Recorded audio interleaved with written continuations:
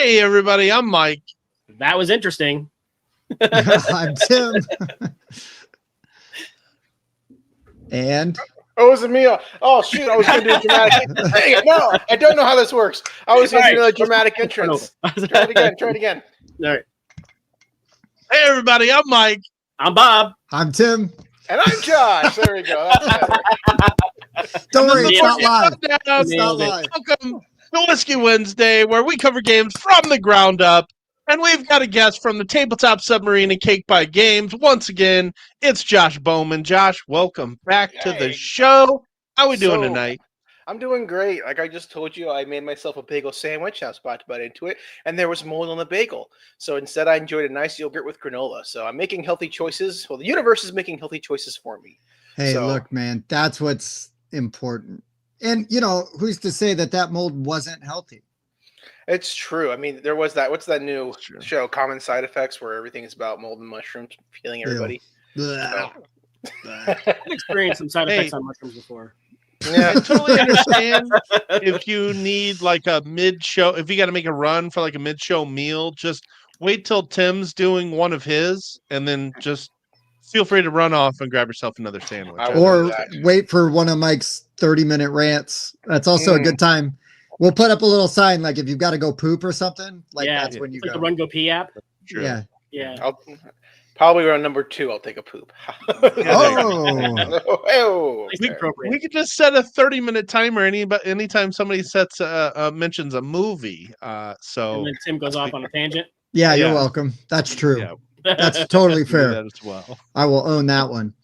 Carlos says, don't worry, a BLT is healthy. So that's a bagel, lettuce, tomato right there, right? Yeah, that's right. We got to make sure we say hi to everybody. Wayne, I got a few of them that are kind of mixed in. I usually use one of them. But you mean always? I try to, well, I mean, I've got a couple different ones. That one obviously was not well received, so it won't stay in the rotation. I didn't listen to it. Well, yeah. Yeah, it's a meat cake, right? Exactly. It's a meat cake. Take the meat bridge. It's right here. Is lasagna cake? No. I'm sorry. What? It's not. It should be, though. No, unless it's set up like a, well, it's lasagna a cake. I mean, I guess if, okay. You bake it. You bake it. In a pan. You boil it first. You don't boil a cake. But I've you seen could. no boil lasagnas before, though. Oh, okay, fair enough. Yeah. No boil lasagna. You just gotta put extra like broth or liquid in there, and then you bake it for a long time. And okay. Cooks the nudes while it's going. No, cooks the nudes. Okay, fair enough. That's what Bob does on his OnlyFans. He cooks the nudes. And also taste the biscuit. Taste the biscuit. I guess for Steph, we should also just and Trevor. Hey, welcome to the rewatch in the future. We're happy to see you guys. Yeah. They're on the other side of the world. They watch the show afterward.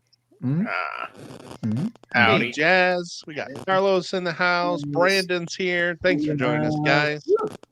So last time we had Josh on. Josh picked a really spicy topic. It was games on the top 100 of Board Game Geek that shouldn't be there. Oh, yeah. And, well, no surprise, we garnered a lot of views on that video.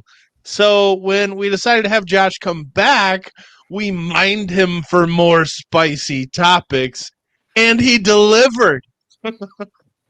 Yeah. Yes, we did. Yeah, sadly we couldn't.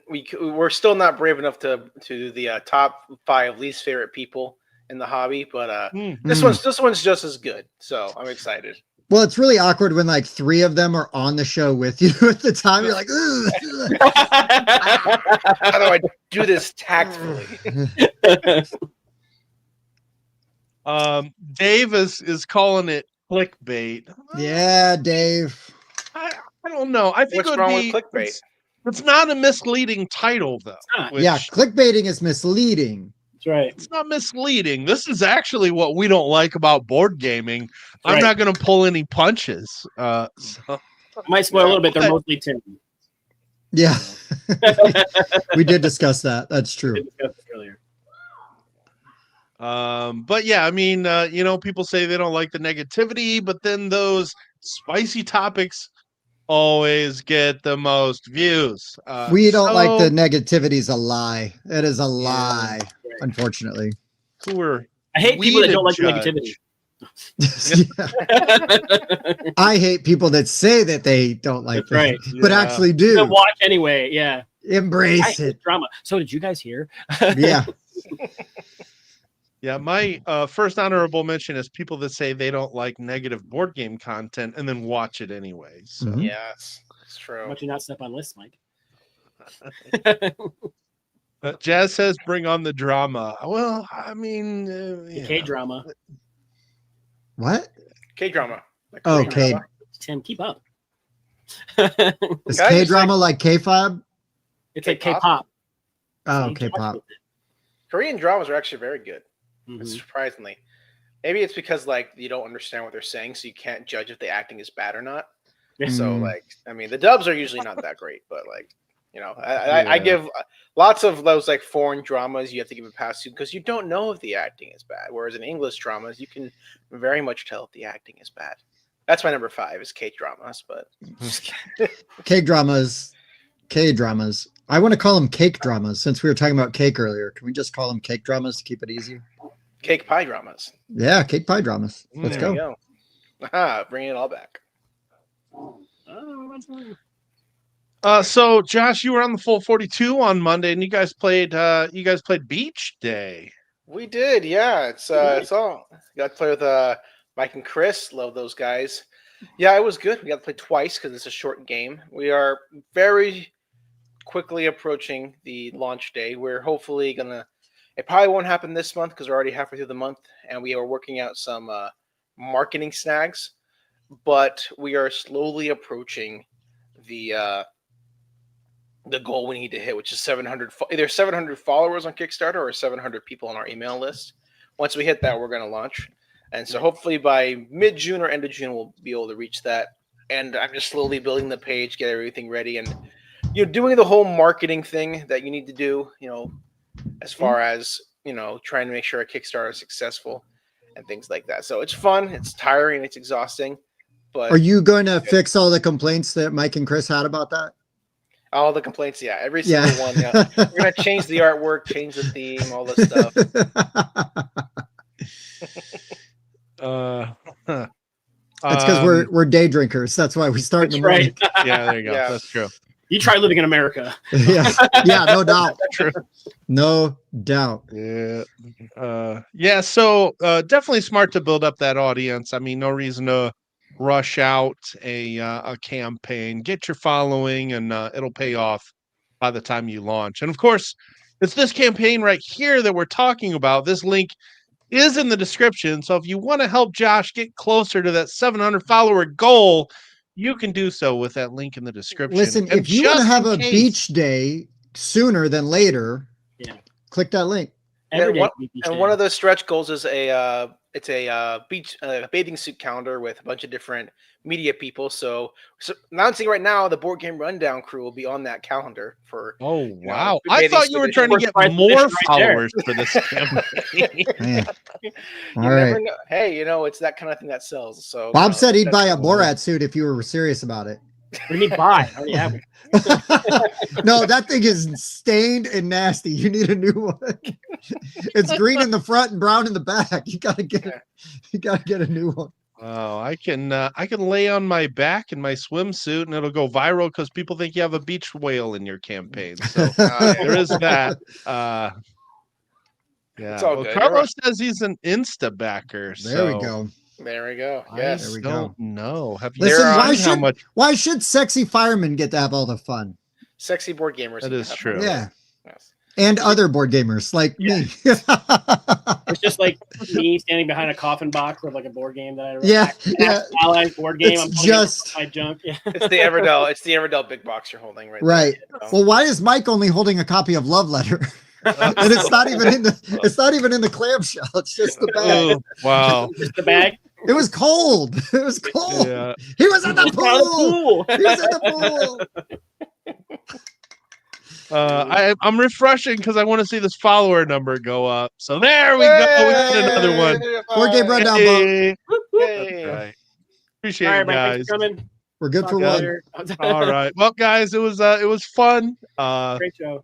Okay, did my job. I gotta go to bed. Bye. It's funny. Like what's funny is that I thought this was actually next week, and so what happened is that I was that's why I was a little late because I fell asleep because I had to be at work at 2 a.m. to roll. Oh no! Yeah, to roll 80 burritos for an order, and Oh, so yeah. I'm just like, okay, I'm gonna take a nap really quickly before I hop on. Oh, But it's okay. I'm chipper, and that's why You are God breathing. invented Mountain Dew. So well, Oh. amen. And preach All it good. from the mountain of dew. yes. And even at like 7 after, we couldn't have been later than the full 42, right? I mean, Oh yeah, okay. No, that was another thing too. I feel so bad because I can make these, and then like yesterday was just like flash floods, and so I had to drive slower on the way home. I should have been like 5 minutes early coming back from work, and today was just like, oh, I gotta sleep, shower, and then try to make a moldy bagel sandwich and Mm-hmm. sit down. So, but we're Well, here maybe now. you just roll yourself a burrito while you're at it, and you're Oh yeah, no, I be all will. set. It's gonna be a very nice 4 a.m. burrito. So. See you, Steph. Enjoy the replay. Oh yeah, Steph. Sorry about talking about a beach day before work. yeah, right. So, yeah, understandable if you gotta, bounce early, get yourself something to eat before work this morning. And are we actually advertising that the game is waterproof here? Is that what's going on? No, Looks like sadly, it. we thought about it. We thought about it, but in order to make it waterproof, it'd be like $30 to $40. It's like, well, it's not Yeah. really worth that price yet. Mhm. So, but right now right now it's looking good. We can probably do a $20 game with tariffs and Nice. be in that range. So, still looking at it. We're talking with our long pack rep, who's what we're using for him. Right now, it's looking pretty good. And if hopefully we have that 90-day pause with tariffs, we'll see what happens afterwards. But even if it does jump back up to astronomical amounts, which I'm hoping it won't, we should still be able to deliver it. Even though I might take a loss, it won't be detrimental to me because it is such a affordable game to produce. Yeah. So There you it's go. going to happen no matter what. We just want to make sure like we said, when we do launch, we know we're going to fund. I don't want to launch and not know. So that's all good. Ooh. Carlos is asking if there's any other stretch goals you can mention. Stretch goals. So actually, no. We'll get to my list later, but I don't like stretch goals as a person, as a Oh, company. Spoiler. I might, yeah. So basically, the reason I don't like stretch goals for one, I think they make sense for bigger games where you can release a whole bunch of different content, and that's fine. But for a small game like us, it's like, okay, I'm just going to give you guys the best product it's going to be. Mhm. There's no reason to be like, oh, here's another solo scenario. No, I'm going to put everything in that I have prepared. I find it disingenuous for me not to do that. I'm just going to give you the best game possible for the price point you're giving me. So I don't need 60 stretch goals to gamify my Kickstarter. Just, support us if you want to. Right. That's Even his Kickstarter is piece of cake and easy as pie to back. So. Ah, look at that. Sure. Yeah. Oh. We'll only have 4 pledge levels, so it's not going to be 16 pledge levels. Yeah, one of them is $1. Thanks for nothing. Then there's the $20. Okay, cheapskate. I guess I'll give you a game. Then there's the $30. All right, I guess you're fine. And then there's the $100, and you get the calendar with the Yeah, with the exactly. cake. Ooh. Yeah. That also includes a mold of the artist Ammon Anderson's feet in sandals as well. Is that correct? It's true. Yes, we're going to have Ammon Anderson's feet casted into bronze, so that we can supply the best, foot experience as possible as well. Nice. Because everyone likes looking at Ammon's feet, and if he's So- watching, he'll agree. That's Just true. thought of a great stretch goal for you though. Oh, what's You that? do a collab with Katya where she does mosaics of the board game people holding their games in front of their goodness their gracious. parts on the. Oh boy. I haven't met Katsuya yet, but that'd be great. Just I don't know. I think. Oh, it and would, Bob's like, whoops, I forgot to send you the one that had me holding the game. Oops, lost my game. oh gosh, wonderful.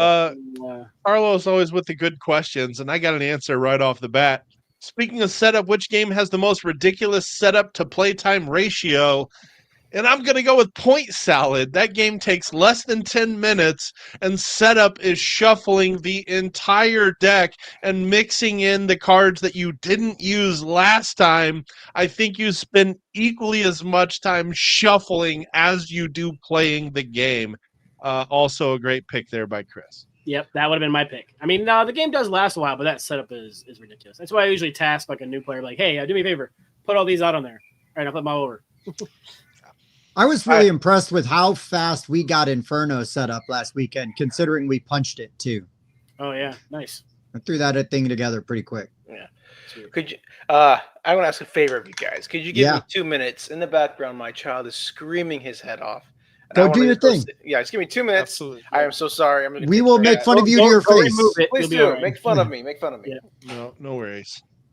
I find that's the best solution for a screaming child. Just screaming their head off, just help them get it the rest of the way off. Ooh. They stop screaming. That is true. Do you guys what are you guys drinking tonight? You guys got anything you poured while we're waiting? All right, let's move on to the Irish Jameson. whiskey. Yeah. Yeah. A little flash 7-Up in there for color.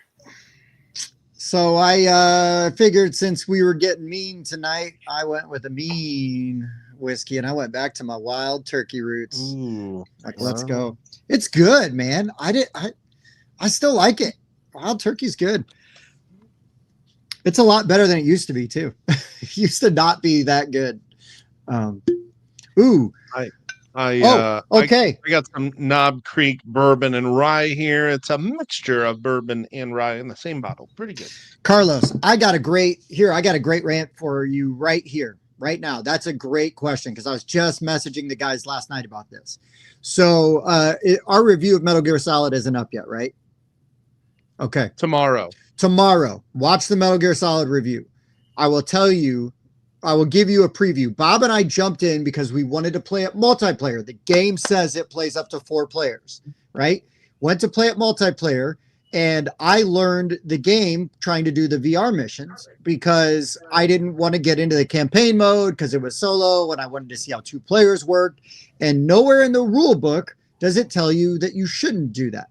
So Bob and I go and we try to play the VR mission a few times, and it is ridiculously hard. The rule book is kind of clunky and not super clear because there's different things in different places.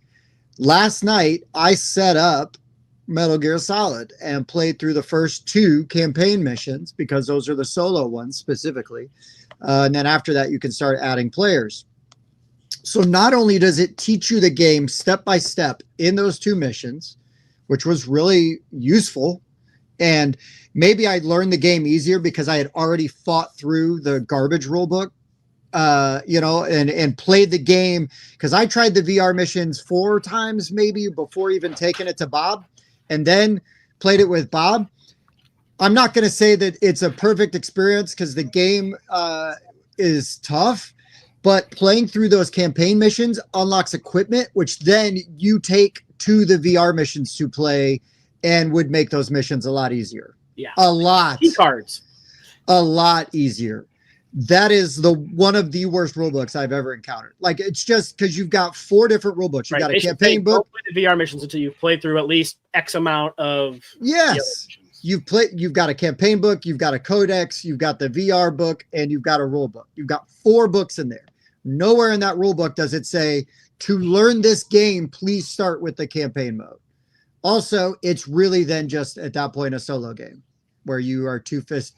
Because who's gonna hey, I'm gonna play these introductory missions. Oh, now I'm gonna bring in other characters. Hey, Bob, I know you didn't play the first 4 missions of this, but you want to sit down and play, and I'm just gonna help you learn at an advanced stage in the game where it's gonna be a lot harder than it was as you ramp up, and get used to it. I don't know. I'm still mad at the game, but I'm not instantly wanting to get rid of it because I want to play more of the campaign missions because I actually enjoyed them. But the other thing, Bob, the map I was on, so the first map's tiny. You just have to sneak to an elevator. Second map is 4 of those boards and it's all one big connected area. And so while there's a lot of guards and there's moving cameras, cameras and things like that, there's a lot of space and a lot of room, where in that first VR mission that we were playing, it's tight because there may be 3 boards, but each of those boards is an individual sector. And and you got like one doorway in and out, and there were guards everywhere. Yeah. We're guards. Yeah. It was awful. It was awful. And I guarantee you, Bob, it would have changed our review. Yeah. Guarantee you. Maybe we go back and we review the campaign mode. I'm going to do an updated thing. And I think we should play a couple together and just see how they roll with the multiplayer side and do an updated, but like, hey, word of the wise, do not jump in. If it'd be different if it says, do not play the VR missions until you've gone this far into the campaign. Right. Even just 2 missions. Bless you. Anyways, I have now filled the time. Josh, welcome back, sir. I hope your child's okay. Oh, he's in the middle of potty training, and he is not enjoying it. So. Oh, gotta love it. Oh. Yeah. So you might hear some crying in the background. So I apologize for that. He's not being tortured, don't worry. He's just not enjoying the process of pooping on the toilet. So me either. Yeah, I get it. So. Not until Bob got a bidet, and then that changed everything for him. Everything. It's a magical experience now. Did you end up getting one? No, so like 95% of the bidets out there are for the elongated toilets. And the ones you have to get for the round toilets suck. And both my toilets are round because I don't have a lot of room in my bathrooms. And they're not supposed to suck. They're supposed to shoot water out. Exactly. I recall this conversation. I need to send you a link. It is a life changer. So. Oh, it is. I mean, when I went to, I've been a few places now where they've had them built in. Oh, we went to Arizona and they had like the spring water built into the thing. And it was just like, ooh, it's a little warm. Wow, a little mineral water on the old balloon knot. I like it. I felt healthier. Secret to a long life. Oh. That's right. I will also just say, everybody, thank you for the wild turkey love. I saw a couple in there. So, but Charlwood says that the original 51st State has a terrible rule book. Fallout also had a terrible rule book. I remember Nemesis having 2 shitty rule books. Like they were like out of order. You know, it wasn't very good that way, and it didn't really like reference the things you needed. Or like when you're going to call something by like a term, have a glossary with that term in it. Yeah. You know. Meso also has a terrible rule book. I really like the game, but it's got a terrible rule book. We keep talking about terrible things. Should we boil it down to the We're talking about ancient terrible things. I'll throw out Encyclopedia, which has a contradiction that completely ruins the game. And I find that there are some rule books, if they're translated from French, are done so roughly and are unfortunately not very well explained a lot of times. And Encyclopedia, unfortunately, from Grill Games that no longer exists, was no exception.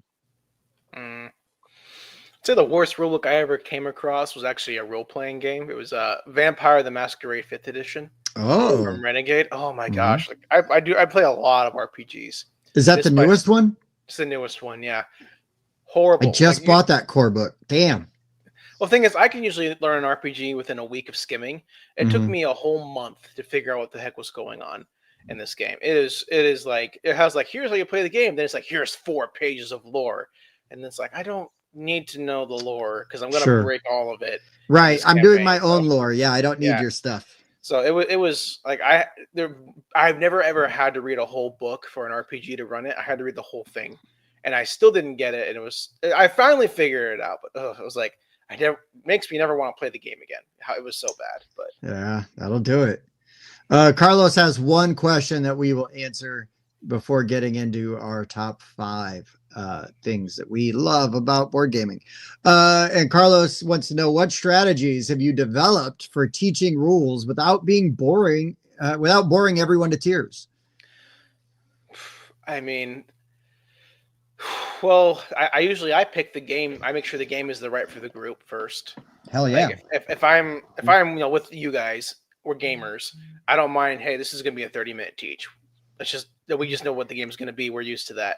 But if it's like, hey, this is my family who doesn't game, it's like, okay, I'm picking a 5-minute game before they get bored, and or games that I can teach. We can start playing. I can teach it. So I mean, that's just a strategy. Is that pick the right game for the right group, and you'll be fine. 100%. Know your audience is probably 90% of the battle, right? Yeah. Yep.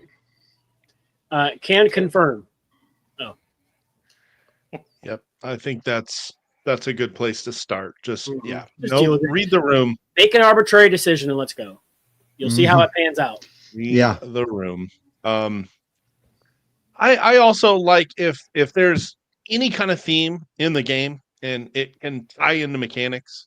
I do like to use thematic explanations for games. I think that kind of, for some people, that's the hook or the draw. So I like to use theme in teaches if it's there. Some games it's just simply not there.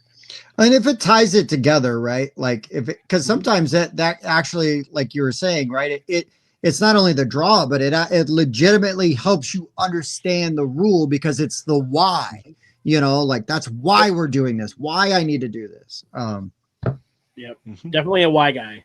Yeah. All right. So we're going to go ahead and jump into the top 5 things that we don't like or worst things about board gaming.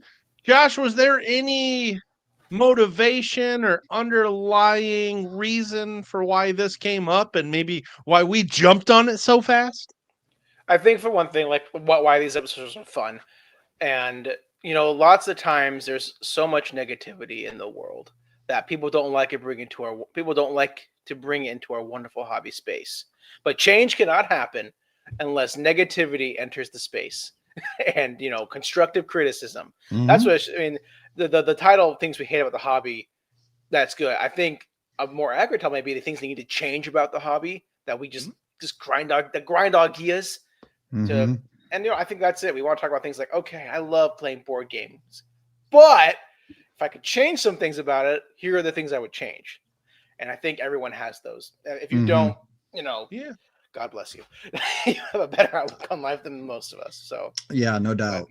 That's my thought of why you guys jumped on that one.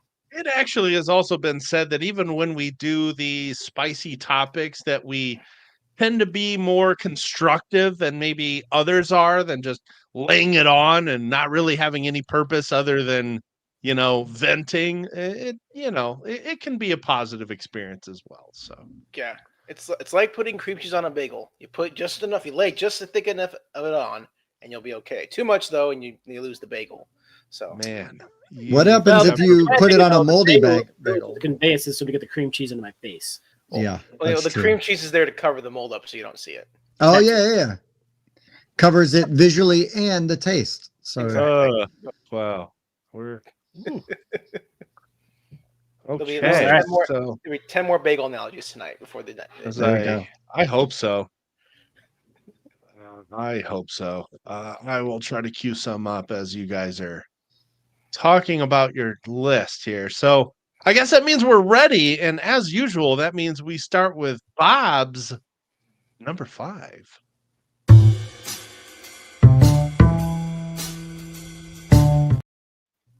Right. So for my number 5, it's kind of low. Yeah. 100%. Yep. Spoiler. It's kind of low hanging fruit, but I'm going to go with gatekeepers, like people who are like only willing to play certain games, not willing to teach other people games, saying you have to play a game for 10 hours before you're allowed to have an opinion on it. Those types of things, like really can't stand. So, I mean, come on, listen, that's bullshit. It just is.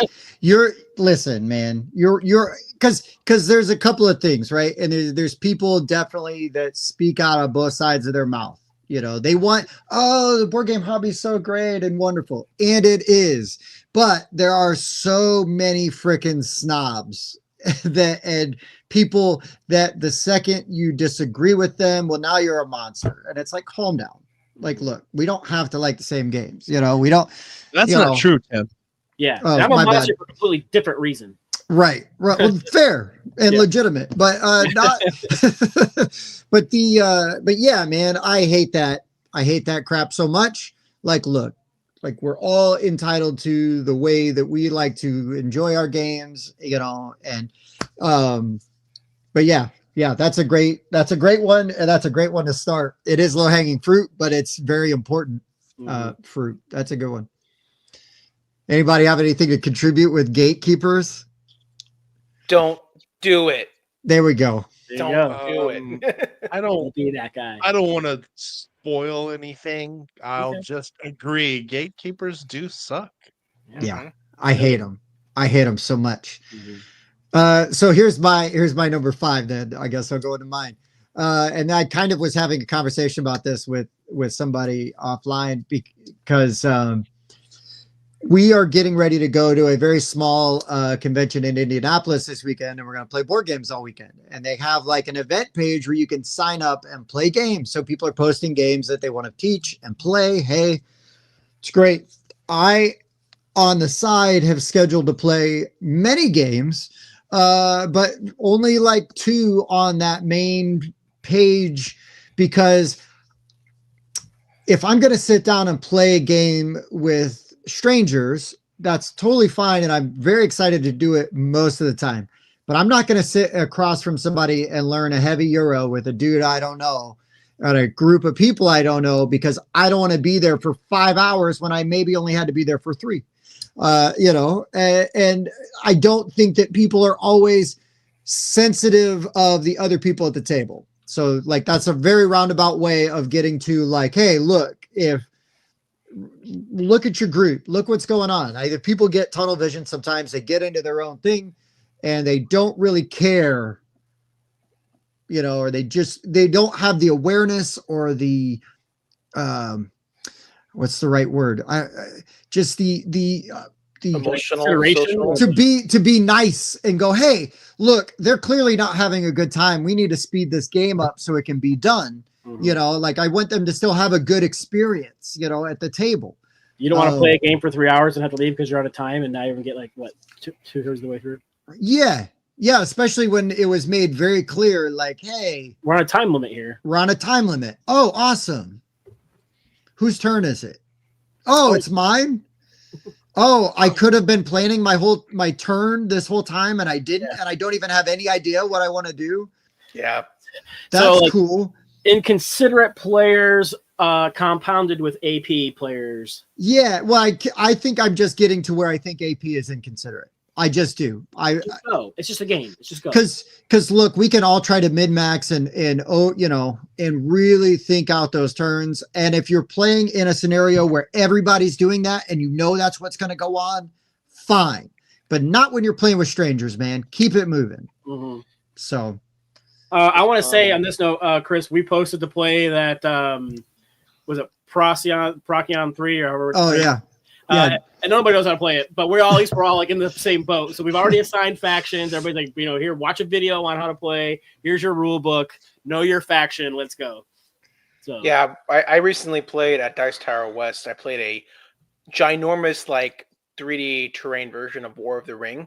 Ooh. And in the event, they said, make sure you know how to play the game first. And I get there, I played around 2 or 3 times, and then everyone else had played once. And they needed a rules teach, which was fine because we got through it really quickly. But I kind of got that same feeling where I tried to be patient, but like the good side, man, sometimes they took a very long time on their turn. And War of the Ring sometimes warrants that, but we had 3 hours to do the event.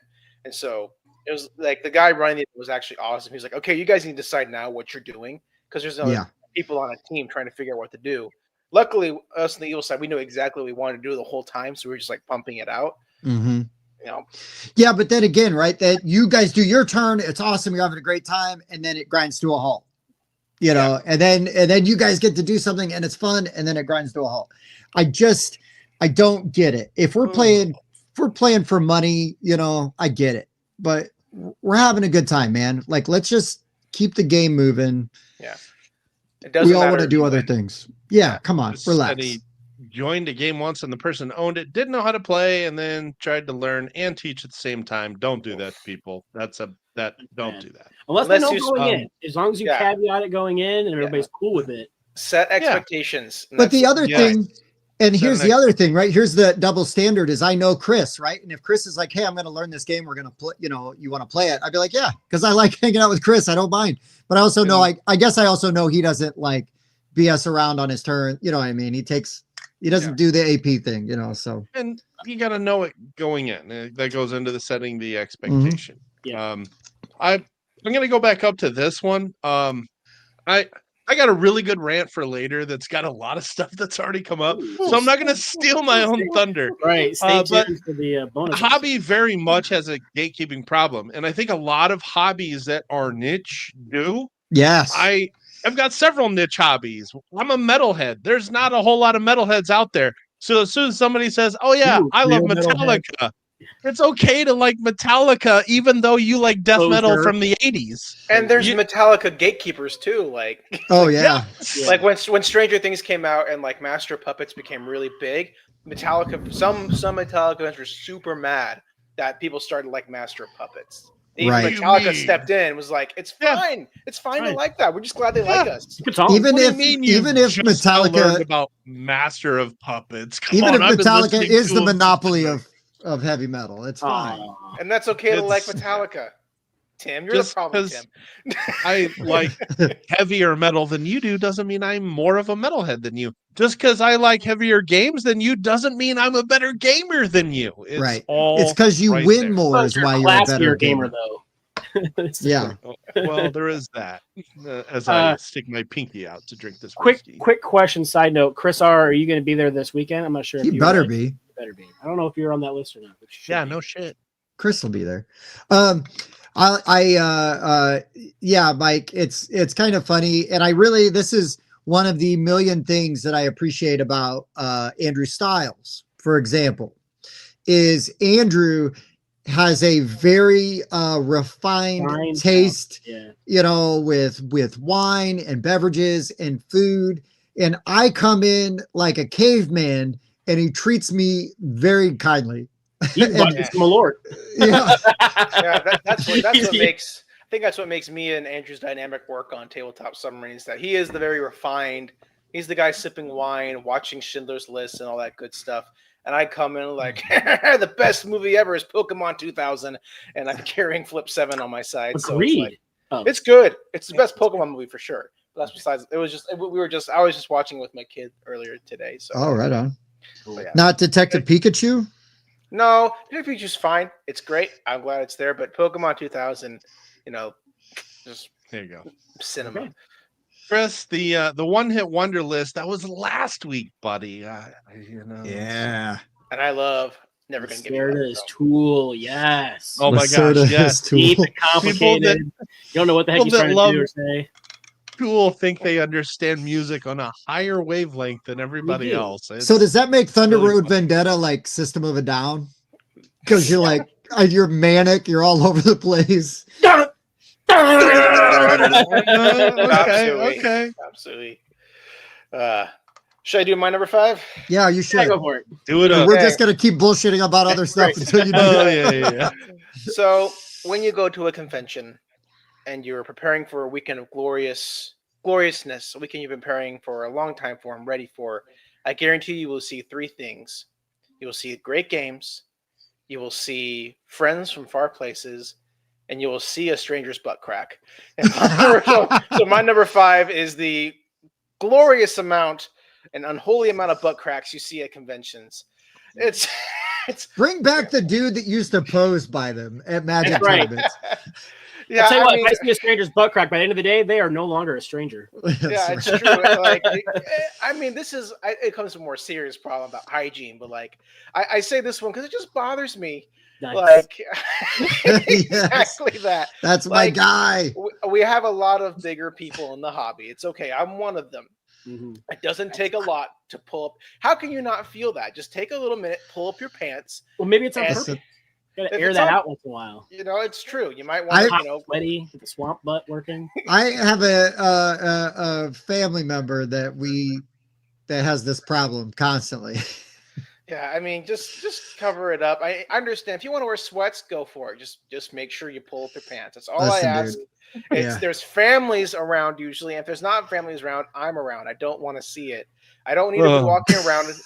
playing. I don't need to be playing War of the Ring and actually see the Eye of Sauron staring back at me. That's right. That. The whispering eye is there. So just be. Is it winking or blinking? I can't tell.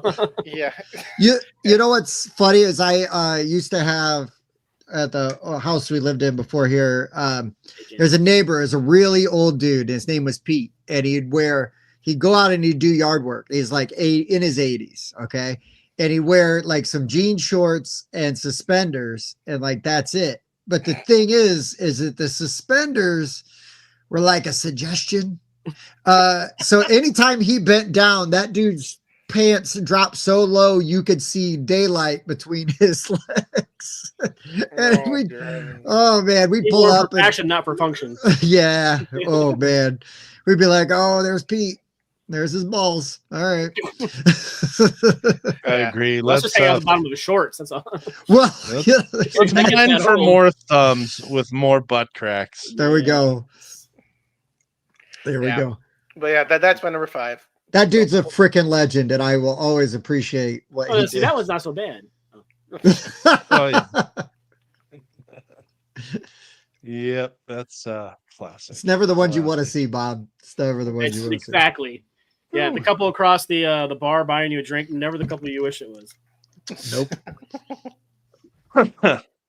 All right. I actually had my number 5 higher on the list, but it was brought up prior to us getting into our number 5s. So I'm going to move it down so we can talk about it, and it has to do with games themselves. And sometimes a game ruins itself if it has a bad rule book. Like that's the main thing that a game needs to do to make sure that you enjoy it, is explain itself thoroughly. That's your entryway, right? Yeah. Yeah, that's your entryway to enjoyment. And I can't tell you how many times I've like had to stop and like, wait a minute, is it this way or this way? Because if it's this way, it ruins this entire mechanic. And then like the whole table's on hold and people are looking up BGG threads, and like the game just goes on pause sometimes for Bob, if you remember, I'm talking about that encyclopedia play we had at a Meeple meetup that David Godfrey was in, other David Godfrey, Tim's cousin-in-law or whatever. But yeah, if a rule book's that bad and everybody has to stop playing and start looking up how it's interpreted, you've ruined that session. Would you say that rule book was gatekeeping the game? You're too dumb to figure this out, idiot. Well, we had a small thing with this. So Mike and I were playing the Battle of the Bulge, Axis and Allies last Friday, and we had to stop because there was like a blatant kind of contradiction where you're looking at like the supply tokens, and it says supply tokens do not move on their own. And then you go to the movement phase, and it says transport trucks and supply tokens move without spending a supply token. And it's like, okay, well, under the description of the supply token, it says that they can't move on their own. But then in the movement phase, it says that they can move without having to spend any supply tokens to move them. And it was very contradictory. So does that mean that, like, if there's an other way that they can be moved, you don't have to spend a supply token? Yes, but it's kind of misleading because those trucks can move the supply tokens, and you don't have to spend the supplies to move the trucks, but they can also move dudes and artilleries, and you can load them in there. They like dudes, artilleries, and supplies all take up one space, each on the truck. You can hold mix and match however you want, and then you don't pay to move the trucks. But why they worded it the way they did was just very confusing. That it's like, okay, so why did you specifically call out? Yeah, like don't even say anything about it. Exactly, just say trucks. You don't pay to move the trucks because it makes sense because they don't fight or do anything else. Literally, all they do is move stuff around. Yeah, I thought you were gonna say like you were playing Battle of the Bulge and there was like no bulges allowed, and then you're like, oh wait a minute, I'm out. Yeah, I left. But no, I know we talked about it, but like I could have waited. But really, this is the only thing on my list that's actually related to the game itself, like specifically within the box of the game that you were playing. Bad rulebook ruins a game. I've sold games that I actually kind of liked just because I hate the rules, and if like I go a while without playing it and I have to relearn the game, and I have to get back into this terrible rule book, I'm just not going to do it. I'm going to choose to just sell that game. That's totally fair. Yeah. I've sold games just because I hated their rule books. That's why I don't read them. I just make it up as I go. Yeah, hell yeah. No, that's fair. Yeah, my number 4 is people that make up rules. But it could be a thing, actually. That's the problem. Yeah, no doubt. No doubt. All right. The rants continue with Bob's number 4.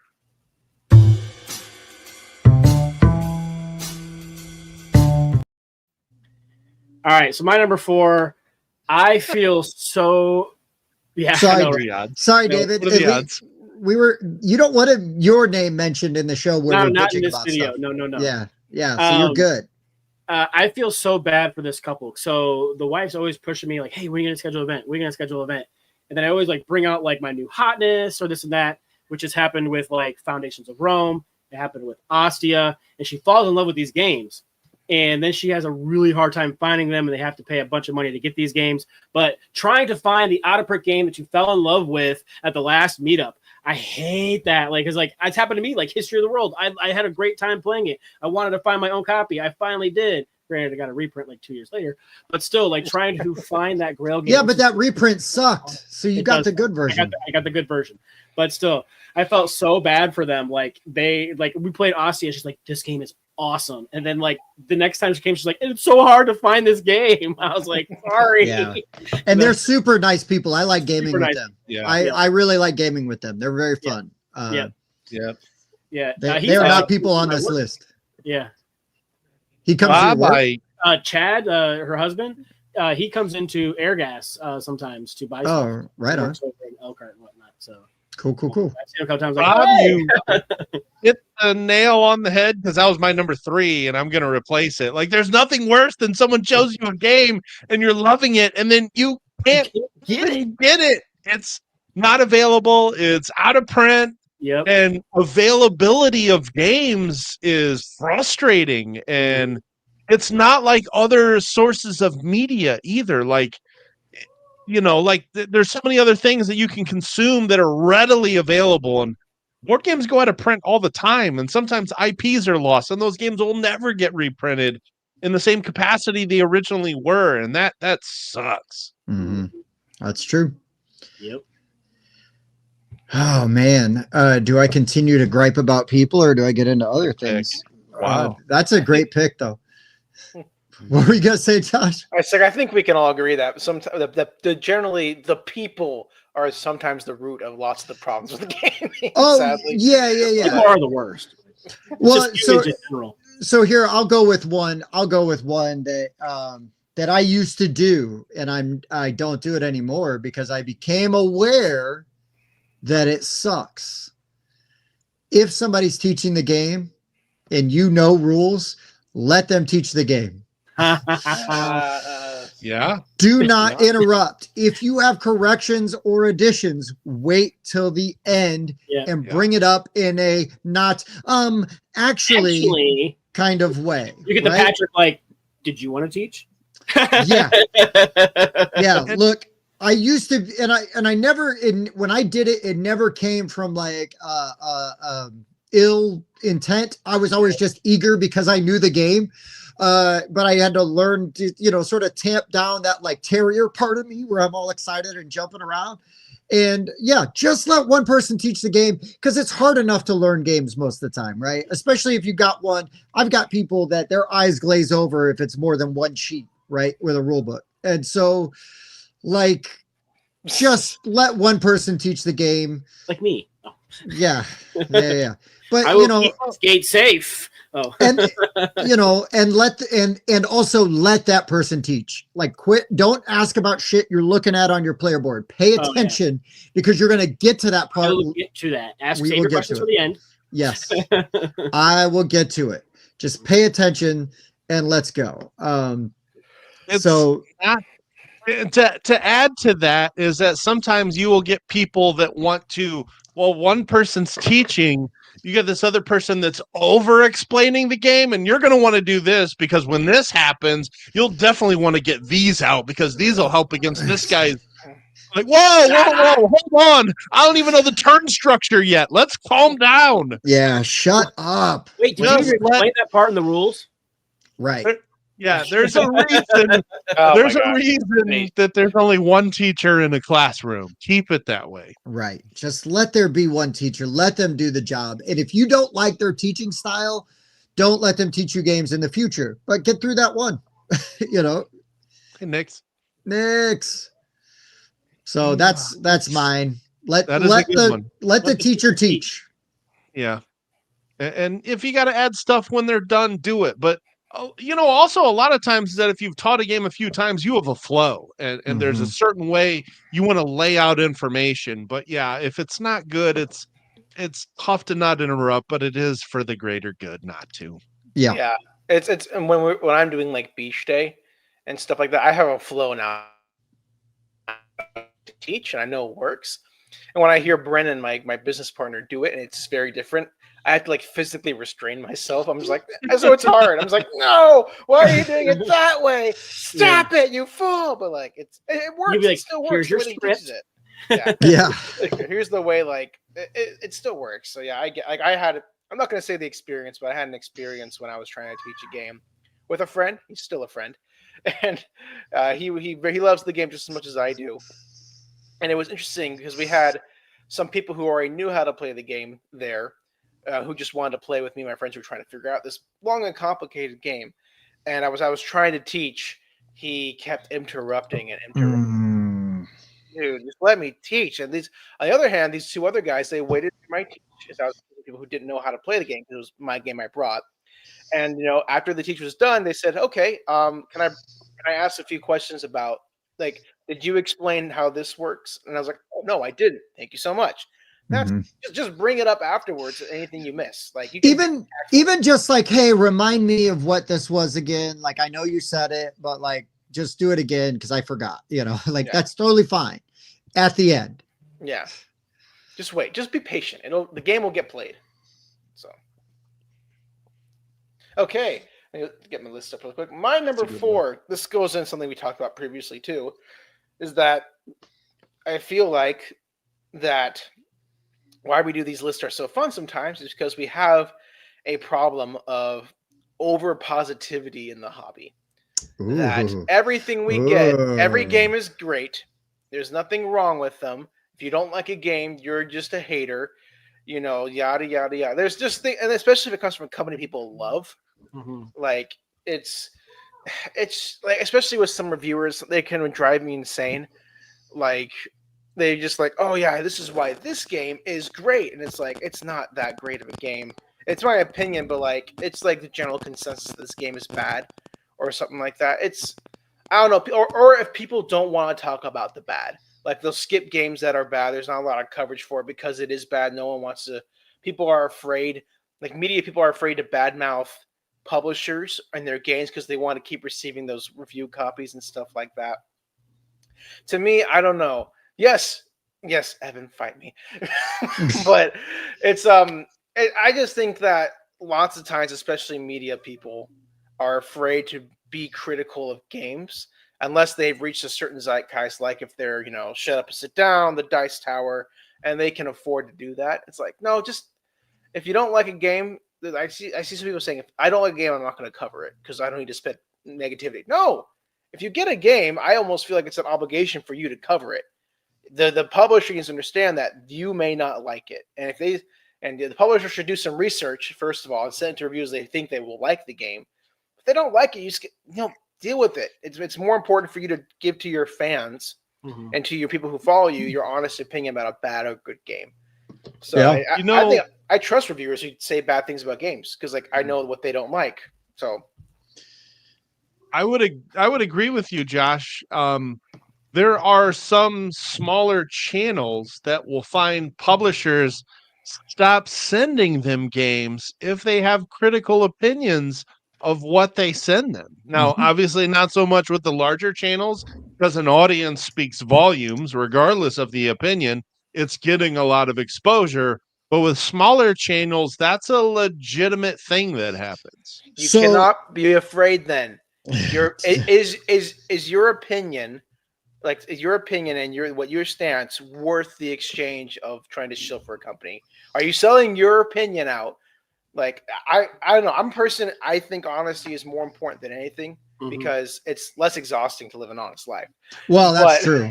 But that is true. If you're afraid of people, again, a publisher not sending you games because of a bad opinion you share, are you in the media thing for the right reasons?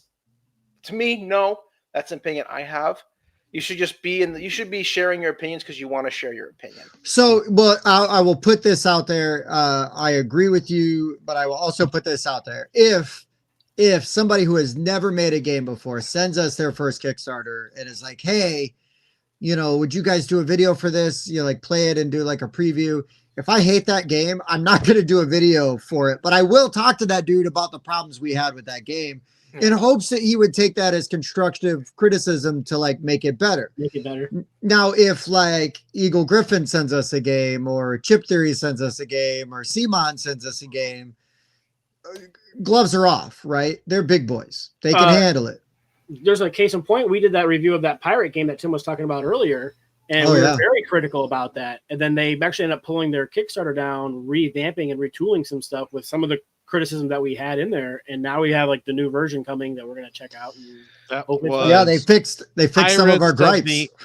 Pirates of the African Gambit, for those that are curious. Pirate Republic, the African Gambit. Yeah. There we go. That. Sorry, Mike. Not to. It is. It's a interest. It's not the most like intuitive title. It's fine. The title works for what it is, but it's not an intuitive rule book either. Well, no, it wasn't. Back to that, yeah. Or player aids. But that's my number 5. I get there's some nuance to it, but still, I believe. True. Be honest. Yeah. I'd rather someone be like if my CakePie thing continues, I'm more interested in sending games to people who I know are going to be honest about it. Mm-hmm. So then people who are just going to amp it up, because that's just my philosophy. That's my number 4. I really want to do a review that I say a bunch of positive things, but like in a really negative way, like just to be funny. Fun. Okay. Can you believe the art is so stinking good on this game? This sucks. Like, look at these components. I can't even break them. I ate one of them and I got sick. This is terrible. Right. Worst game. The other end, look at the same. It's freaking called CakePie, and it didn't taste like either one. Yeah, I'll send you a copy each day. You can do that, no problem. Sweet. I will. I 100% will. Promise. All right, Mike. All right. Well, this has kind of briefly been talked about, but not really. We're going to tie some things together here. I just don't know of other hobbies that have small niche, but an overwhelming amount of small media presence covering the hobby. Why is everyone a content creator? Like, I mean, this is going to sound contradictory, but everybody is a content creator in the board game hobby. Why are there so many? There doesn't need to be tens of thousands of content creators on board games. There aren't even that many publishers. There's more creators than there are board game publishers. I mean, okay, so not to toot our own horn, but this is just great numbers here, okay? When I started like trying to grow our Instagram, I'll tell you my strategy. One of my strategies was to follow all the other Instagram accounts out there that cover board games. And you know what? A lot of them would follow you as a result. It's a great strategy. We have like 1,800 Instagram followers in less than a year. Just because I started following tons of board game Instagram accounts. Okay. I maxed out the number of follows you can have. I didn't know that was a thing. You want to know what the max is? It's 7,500. That means I have followed 7,500 Instagram accounts that cover board games. Oh, it's just Instagram. That's not even YouTube. Now, some of those are publishers, but Do there really need to be that many content creators in such a small hobby? Not everybody needs to know your opinion on I want board everybody games. to know my opinion. Me. Not everybody needs to know your opinion on board games. I don't need to know the top 5 reasons why this game didn't make your top 5 worker placement list. That's a great list. I would love to listen to that. I hit follow 7,500 times, Jim, and then I started hitting unfollow and then tried to find new accounts to follow. Yeah, I was committed to growing that number. It's almost at 2,000 in less than a year. That's pretty good. But strategy to anybody that wants to grow their Instagram, just follow board game accounts. They'll follow back. Yeah, whether no matter what your Instagram is, board game or not. Yeah, but I mean, they're just, and some of these channels, I'm just like, what's your approach? You're not doing anything different. You're not finding your own niche. And I'm not saying that we haven't copied others. Our live show was borrowed from the Full 42. Our top 10s were borrowed from the Dice Tower. But not everybody has to have their own channel. Pump the brakes on that. I was listening to movie podcasts that did top 10s way before I was into board games. So I've only watched maybe 3 episodes of Dice Tower. Yeah. But I think the hard thing, especially with Instagram, it's hard to come out. Like I have a friend, Lana, she has an Instagram account. She's growing. But she's also on a podcast, Level Up Board Game Podcast. And so she has that. But you have access to her personality in some way. Whereas I feel Instagram, it's really hard, especially if you're just taking pictures of board games, to get your personality to come across. And that's what makes a channel, I think, successful is does your personality come across? Because you can't connect with the game, but you can connect with a person. And some people just want to take pictures and say, this game good. I like it. It had pretty art. It's like, well, and some people are really talented at taking pictures, though. You know what I mean? And some people like, hey, great pictures, right? But I feel attacked. But also, our most watched reels on Instagram are the ones where we're videoing us being goofy. Yeah. See, that's it. You see our personality, so you're 100% right. That feeling of you being attacked is your inner soul trying to tell you to change. Yeah. But no. Like one of our most watched reels is me just like recording the guys playing cockroach poker, and Tim is playing it in an Italian accent. So yeah, cockroach. Here you go. His Viking accent. That's right. Yeah, people like that because they want to meet you. They want to hang out with these people. Well, I mean, come on, right? Like, I fully know that, it's not that we have always the most insightful or the best presentation, but I do feel like our personalities, and our vibe goes a long way. And I think, for the most part, people, except for Chris Charlwood, and most other people don't have Tim, social disorders. I do remember when we first said we were going to do a live show, he said, this is just going to be our personalities unfiltered. Like we can not always do that in a review, but we can do that in a live show. Right. And also, Nick, that's my number 3. There's too many OnlyFans channels. So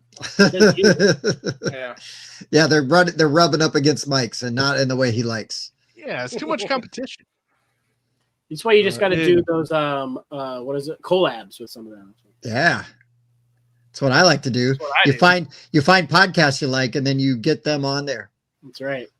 Yeah. Hey, we should work together. Right. Yeah, like the Tabletop Submarine, for example, which you can find on Podbean. You can find it on Podbean. Thank you. You're welcome. Appreciate that, Mike. Tim's supposed the master of segues. Come on, though. I mean, I don't know. Is it a Tim Pander or is it a Mike Segue? I don't know. It's both. All right. We're on to Bob's number 3, though.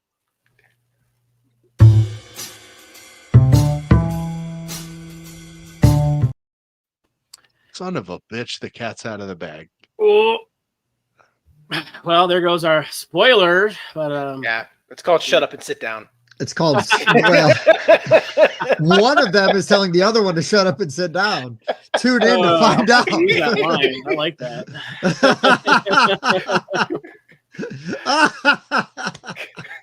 Wow. Oh, that was amazing. Farmersonly.com. We just hit the Wayback Bus right there. Oh my Wow. God. Oh, I think farmersonly.com is still a thing. Oh, I'm sure. I would assume. I just don't see all the commercials on TV Yeah, there anymore. used to be Because all the farmers got married. It's still a thing. Oh, what a rough website. Never mind. Why is it in your favorites? Oh, God. All right, so my number 3, shitty inserts. Like I just can't stand a shitty insert. Oh, wait till you see that beach day insert, man. It's just full of sand. You just Hey, at least everything kind of sticks together. Right? It doesn't move around or shift around much. That's the other stretch goal is that if we get a certain amount of money for beach day, it's just gonna be a box of sand. We'll send them box instead. of sand. There we go. Box of sand. Yeah. But like the aforementioned Ostia, love that game. You're going to send this game out with awesome dual-layer player boards, all these expansions, and guess what? It doesn't fit in the box and in the insert. None of that stuff fits in there. You have to get rid of that insert to get it all to fit with no box lift. It's so frustrating. Like I can't stand it. Like I just can't stand a shitty insert. Just give me a Final Fantasy. That's hilarious. It's kind of my brain right now. Fantasy Flight insert, so I can throw it away and not feel bad. Give me the well that I could throw away. Yeah. Yeah, just give me a well I can throw away and not feel bad about it. And I'll just use friggin' baggies. Don't try to give me this insert. I'm gonna try to make work. But yeah, I can't stand a shitty insert. It sucks.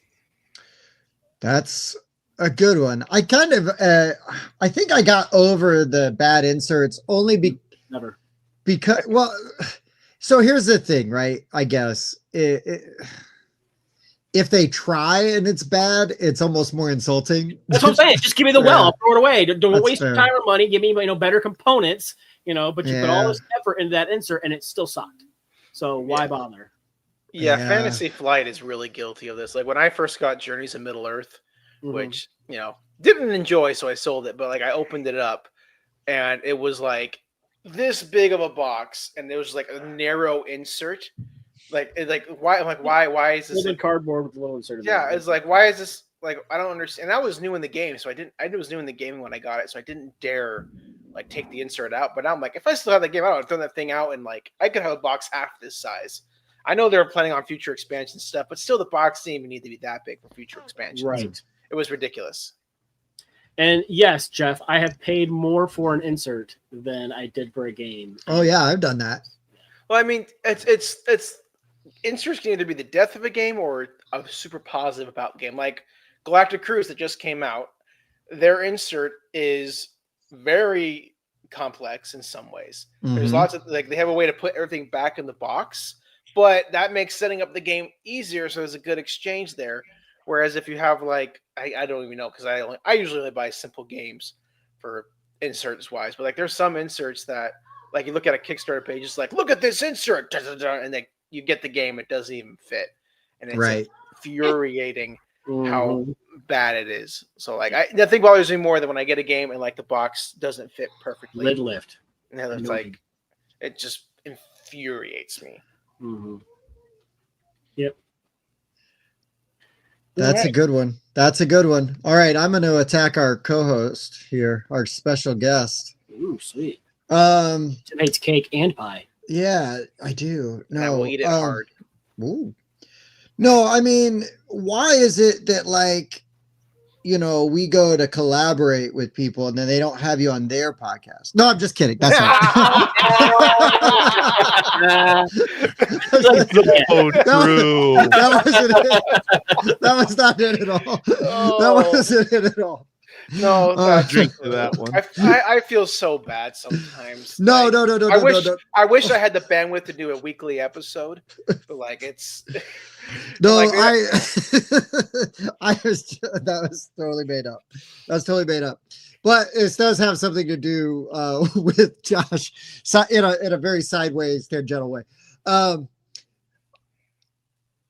Please make Kickstarter or GameFound clear and concise. I want like 3 options. I want, the dollar. Hey, I'm going to think about it. The dollar is going to make sure I get a reminder, or I at least still like throw a buck at it. I support it. Mm-hmm. I want the base game or I want the all in. That's all I need. And if there's one for like retailers and early birds, I get that. That's totally fine. Right. You're rewarding those people for being early, or you are hopefully enticing retailers to carry your game. Totally understand it.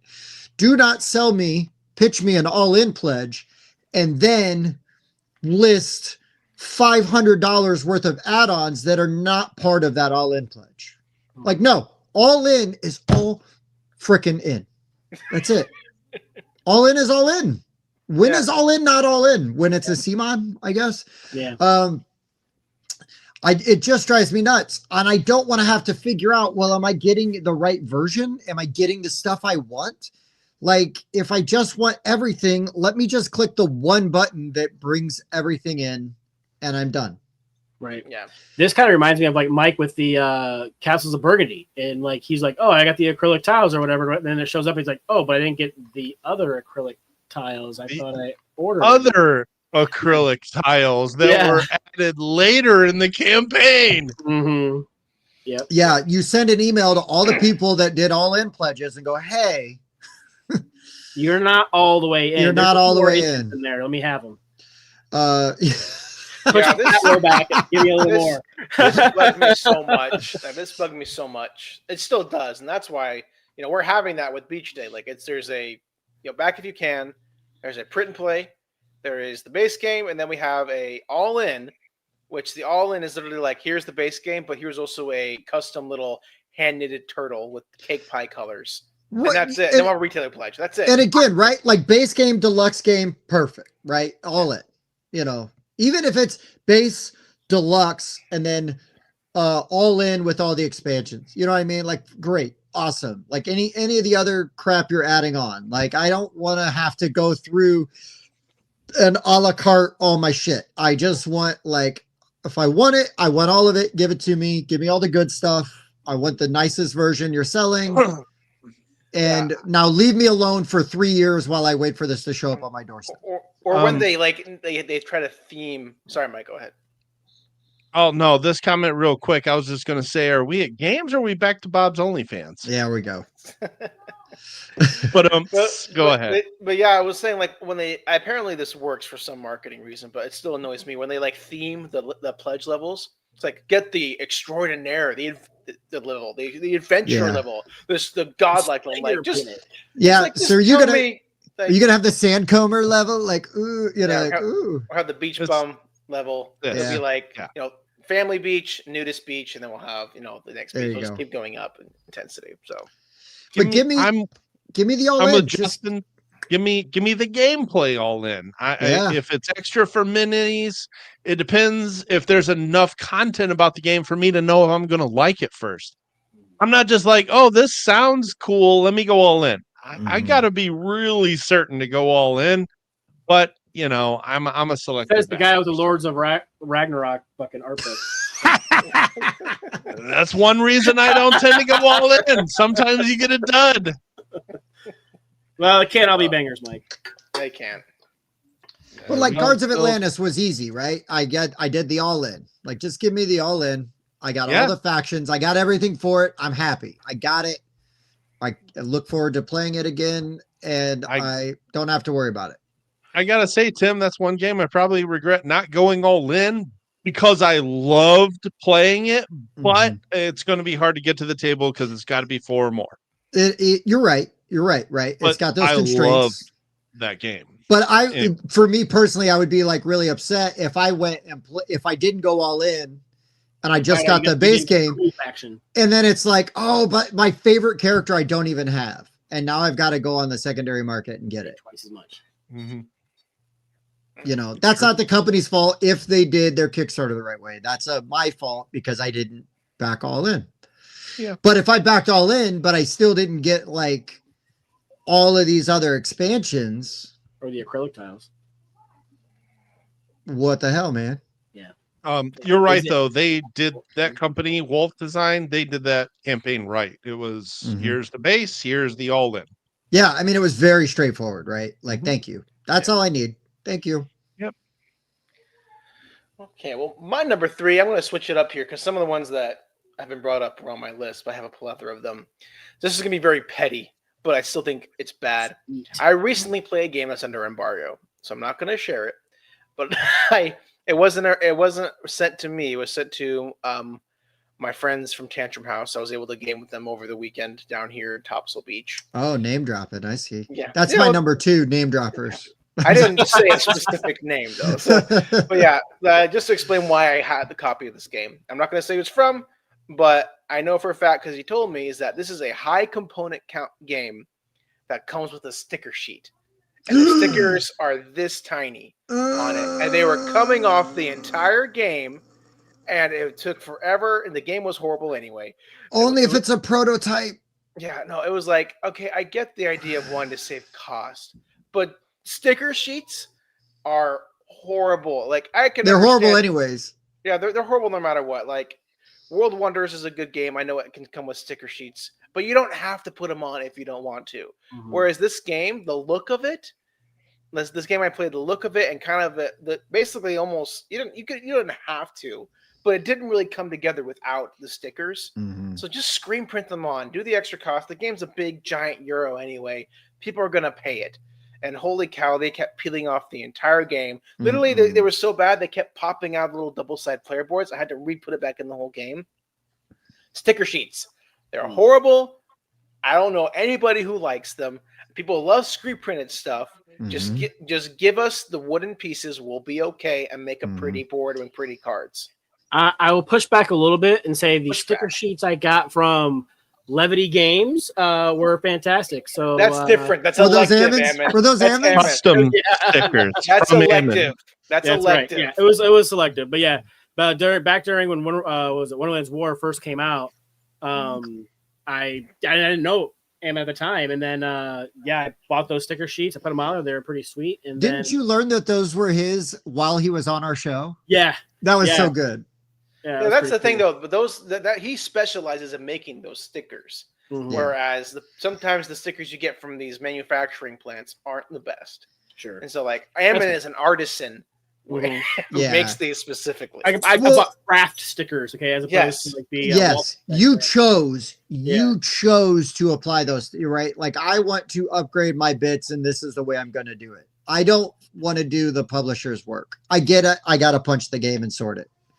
But I don't want to do the publisher's work by applying. Do you remember, Bob, were you there when Andrew got his big box Everdell and we spent like 45 minutes putting stickers on all of the meeples? Oh, yeah. I haven't played Everdell. Oh, Everdell's fun. But yeah, we put stickers on all his good stuff. I had to sticker my Orleans Deluxe. So. Oh, sure. On the upside, though, it was just a bunch of round circle things. So. I still hate it. I don't like putting stickers on my kids' Legos. Like when we got to do stickers, I'm like, I hate it. Especially when you put it on wrong and there's nothing to do about it. 100% right. It's going to bother you for the rest of your life every time you play that game or put that Lego piece on. Yeah. That's my failure as a parent. I said no. I said.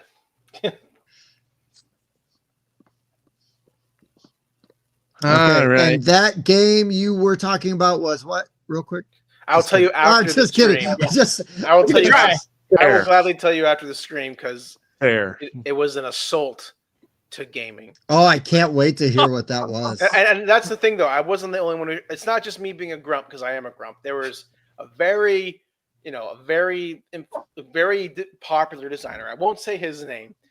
I'm sure if you talk to him, he'll share his opinion gladly. But I'll tell you guys afterwards who it was who shared the same opinion as me as we were playing. So nice. Okay. Just real Can't quick. wait to hear what Andrew Stiles had to say about it. He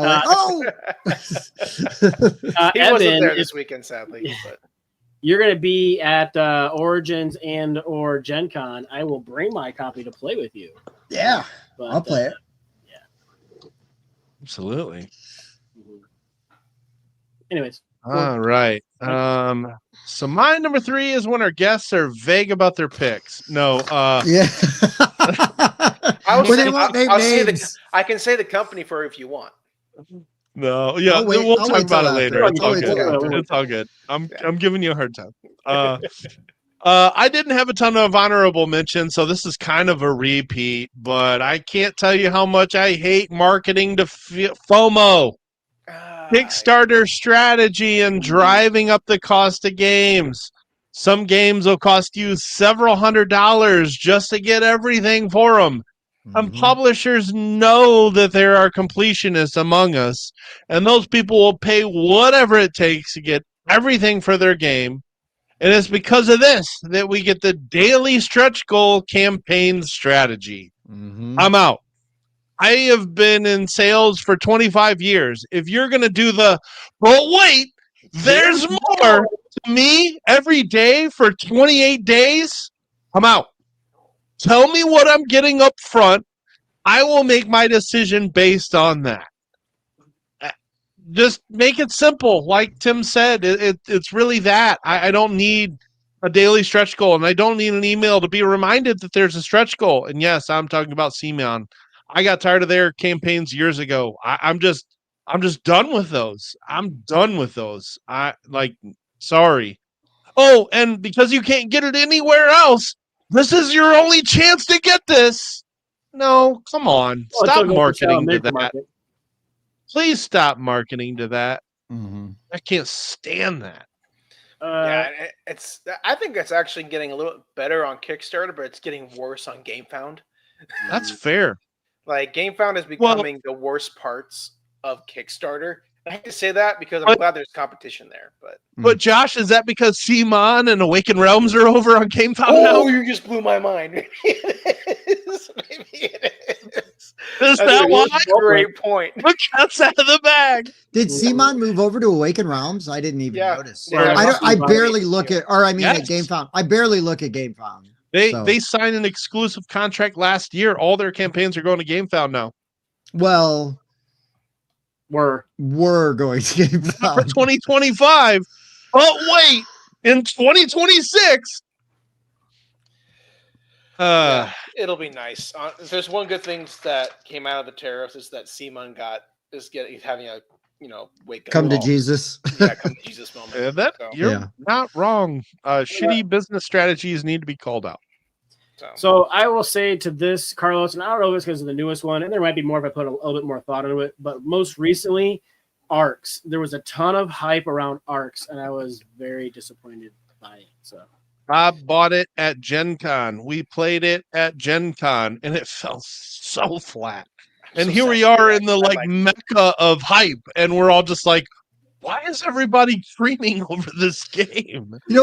I really had to bite my tongue when I saw in the events that con we're going to, and people are like, oh, let's play Arcs. And I was like, bleh. But I don't say anything. Even though every time I see it, I want to comment like, you guys just signing up not to have fun for a while, or what's going on? I have a trade out, hopefully getting rid of my Arcs. So hell yeah. A trade for Slay the Spire. So fair point from Rob here. They're going to stop doing it when it stops working. You're right. They do it because gamers will still scream over these campaigns. And but that's why millions of dollars conversations to call out consumers. Yeah, they'll raise millions of dollars of underdeveloped games based on miniatures. Cool. Not for me. Yeah, it's tough, man. It's tough. I get it. And they'll be fine, even though we're trashing their marketing strategy. So that's why I continue. Yeah, they're gonna. Yeah, right. Well, I mean, they're not going to be fine for their own reasons. We had nothing to do. We had nothing to do with the reason why they're not. Yes. Yes, and we need to be honest content creators, or Josh will judge us. That's right. Yes, that's right. Watch our Metal Gear Solid review tomorrow. It's funny because we don't like to crap on games, but man, when we do, people eat them up. They do. Well, I think it's kind of fun. I don't know. I think people enjoy watching us get really worked up. Yeah. People crave consuming disaster. Yeah. That's why watching that's why people like watching, cops, or like explosions, or like see this tragedy, and it has like. I was gonna say like Maury or Jerry or hoarders. Oh yeah, hoarders. Well, I don't think that bad. People enjoy. It makes you feel better about yourself. Yeah, they make you feel better that you're not as bad. Things aren't as bad as they. Yeah. So. My 600-pound life. Oh, geez, that show drives me insane. Yes. You're always hoping that someone will change their life, and when they do, it's great. But when you're at the end, you're always disappointed. Intervention. God, that one used to break my heart. It kind of makes me want to. It kind of makes me want to just like pick a more modern game that we can really dig our teeth into. I think I've heard some really weird things about Beach Day. Like, I'm really looking forward to ripping that one a new one. Yeah, please do. Please do. Rip this guy. Rip this guy. I was gonna try to do it to a wine cellar, but I like the game too much. It's a problem. Yeah, well, because Andrew's a good designer. So. Well, gosh, Andy's a nice dude. It's disgusting. I hate it. Yeah. Marketing to. Yeah. I have a problem with people marketing to others with a foot fetish too. So. I mean, hey, it pays the bills. It does. You're not wrong. Get a good clip of that right now. Oh, Lord, have mercy. Let's make him take up the whole screen. Lord have mercy. Is it too late to reconsider hosts? Yeah. Okay. Fine, I'm going. Get this man a better bagel. Oh, we are build back to Bob for number 2.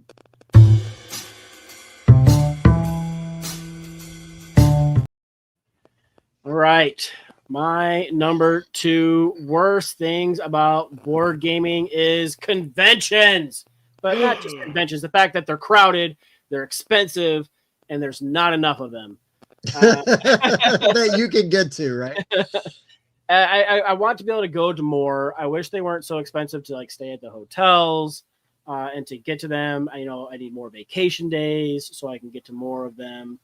It's just con season is too short. Like we have to mix out on PAX. We don't get to go down to BGG Con or anything like that. Or Dice Tower West. Yeah, it's just like why do they have to be so expensive? Why they Kubla Con, Rage Con? Like there's all these really great ones. I really miss like Geekway. I mean, I know it's kind of like become this huge thing now. And I don't know if I like the atmosphere that it is, but like what it used to be was so awesome. That little hotel, you could actually walk down hallways without like getting through. You're playing games, like that's why I'm so excited for IndieCon, Bob. Me too. I'm very excited for it. Indie I should say. Get down there. We're not paying a bunch for a hotel, and we're gonna get to play a bunch of games. So it's like it's a win-win-win.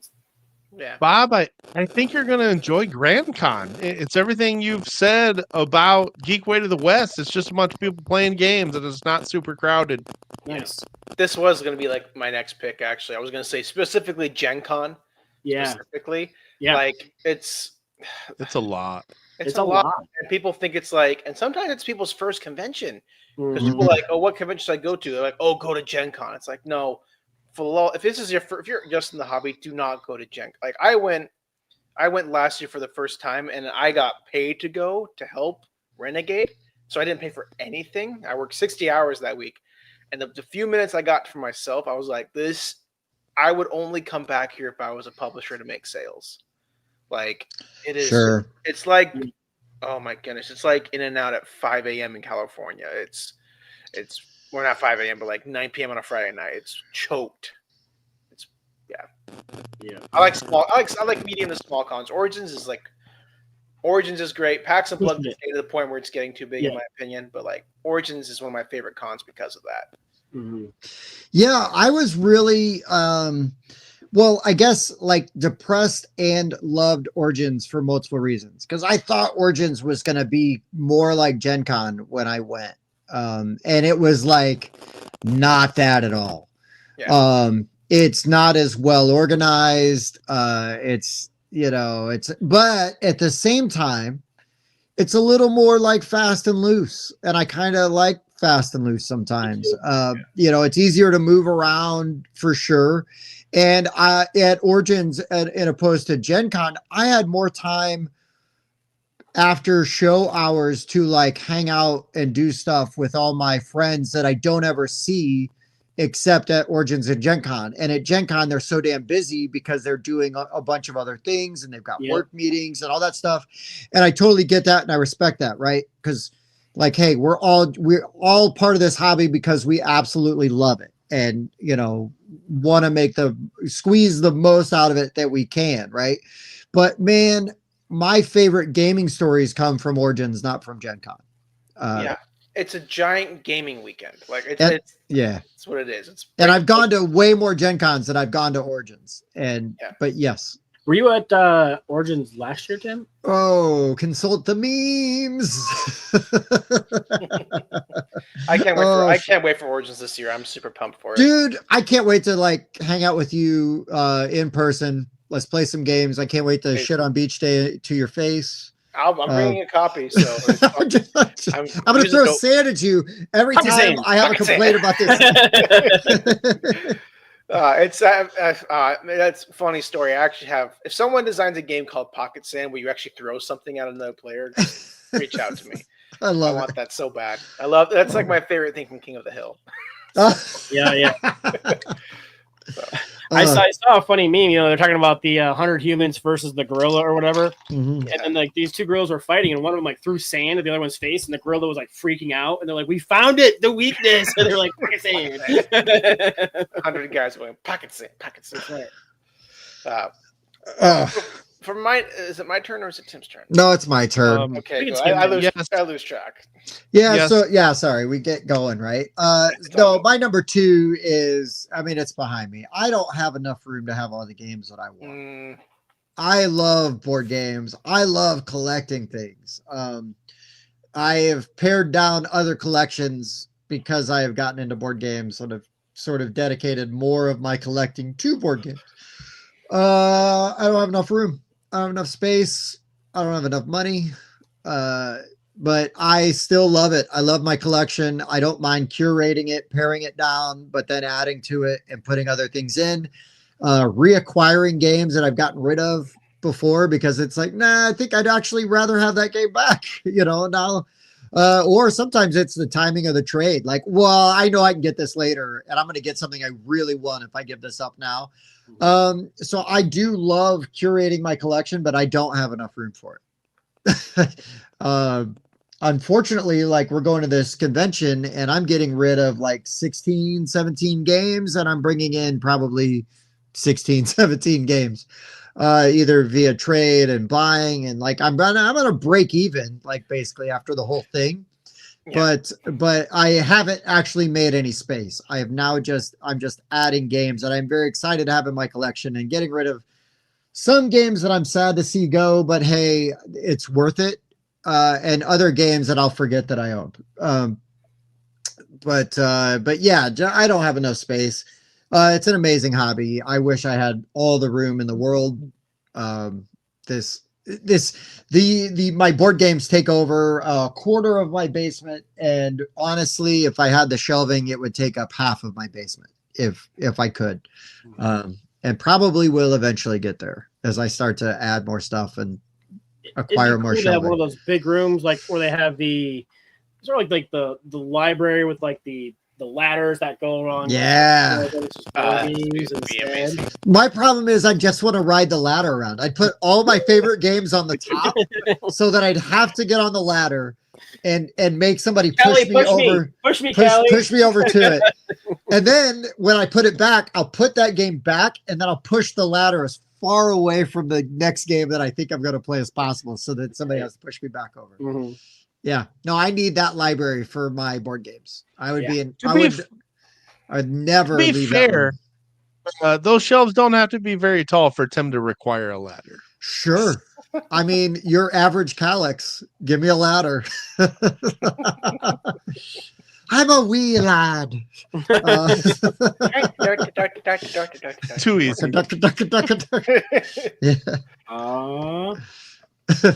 Okay. Well, my number 2. We're on number 2, right? Yeah, I think so. Oh, wait. Do you need to go poop? No, I'm good now. Okay. Because we talked about going poop during the number 2. Yeah, I already did it. Yeah. Oh, yeah. Okay, good. His kid wasn't crying. He just had to poop. Yep, exactly that. Kids crying is code. Code for I need to poop. So my number 2, it's a necessary evil. I understand why it's there, but it still horrifies me. It's the secondhand market, specifically the math trades or the trades that happen like from BG to a con. It is like the Wall Street of game markets. Like I went to PAX Unplugged once and I helped a friend. He had like 2 carts of games. I was like, holy cow, what the heck? And then you get there, everyone has these signs, they're yelling out, I'm looking for this. I'm just like, this is horrifying. Like I don't want any part of this, but I understand And I like buying secondhand games too. It's important for that kind of stuff to happen. The flea markets are always kind of fun when you find a good deal, but then you get to like the online markets and people are scalping Kickstarters and people are, Oh yeah, they're the worst. Or when they have like, it's like, you should understand this one thing. Once you buy a game, it depreciates in value 95% of the time. Like if it's a great game, it's probably going to get reprinted and it's, like it's going to go down. I'm sorry. Like I saw some person at a flea market and they were selling their Cyclades or like Kemet box for like the old version for like $90. And it wasn't in the greatest shape. It's like it's not worth that much. But then I found someone who actually understands it because there's a reprint of Kemet and Cyclades coming out. I bought both games for $10 because I just didn't need them anymore. They just wanted to get rid of them. Yeah. And you know what? I'm fine having a first edition Kemet and Cyclades because I just want to play them. Like the scalpers, they buy Kickstarter just so they can overprice it. Or, for me, you should never sell a game for more than you buy it unless there's there's no chance of you getting it back. But that's just a moral thing for me, and sometimes I feel like people take advantage of the FOMO. Like I don't think I mean I won't like 100% pushback. I think that there is a market, right? So sometimes the market would dictate if you have a Battlestar Galactica and all of the expansions, and you want to sell that, yeah, right? But Battlestar Galactica coming back is probably never going to happen. That's right. Fine. But I will say there was a time when Wingspan was like really hard to find, right? And everybody's freaking out about it. And I literally walked into a brick and mortar and they had copies for below MSRP. And I only bought one and I didn't buy multiples to then resell because I could have. Yeah, I don't want the board game hobby to become like the TCG hobby. Yeah, that's fair. I don't want the scalpers and stuff. I don't think it ever will, but and I don't have to win a trade. I feel like I will use that also, right? Like, we're talking about like this convention we're going to. There's a very active flea market. There's over 1,000 items on that flea market. Yeah, and I don't mind making people offers, and I'm fine if they say no. And I'm also fine saying no to offers. And I'm also like, I enjoy sort of the negotiation of it too, right? You find a good deal. Oh, hey, I see you've got these games and you already are buying these from me. Why don't we just trade? Yeah. Like you're getting stuff you want. I get stuff I want. We're both happy. Now I'm not saying that you trade, your all in speakeasy for beach day, Please don't do that. But if somebody's like, oh, I've got Flip 7 and I'm going to trade it for beach day, like, cool. Yeah, that works out just fine.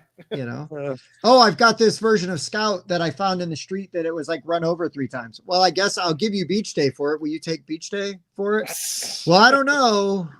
This was fun. I'm just playing.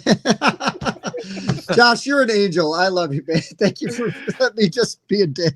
Oh, it's okay. I'm with you. I have not sold any games that are higher than like what I paid for them, even though they're out of print.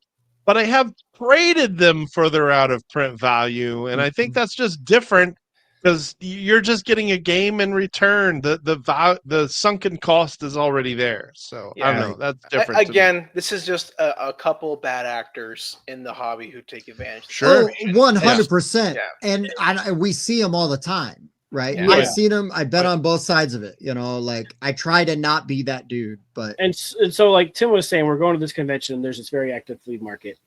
And like to me, this convention is like a very small, like invite only, like a gamers like convention.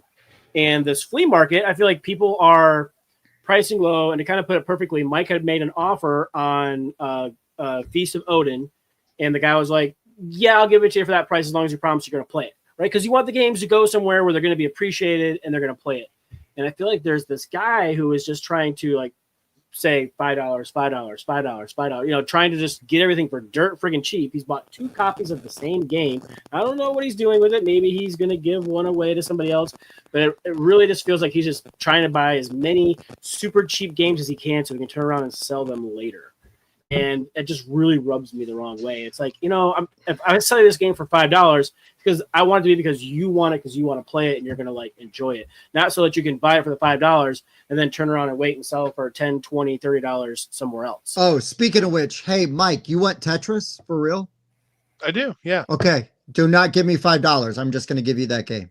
I figured I'd put it on that thread there so others wouldn't jump on it. No, you're cool. But yeah, that's the thing, right? I don't need, like, I am very happy to give that game to one of my good friends or Mike. And Right.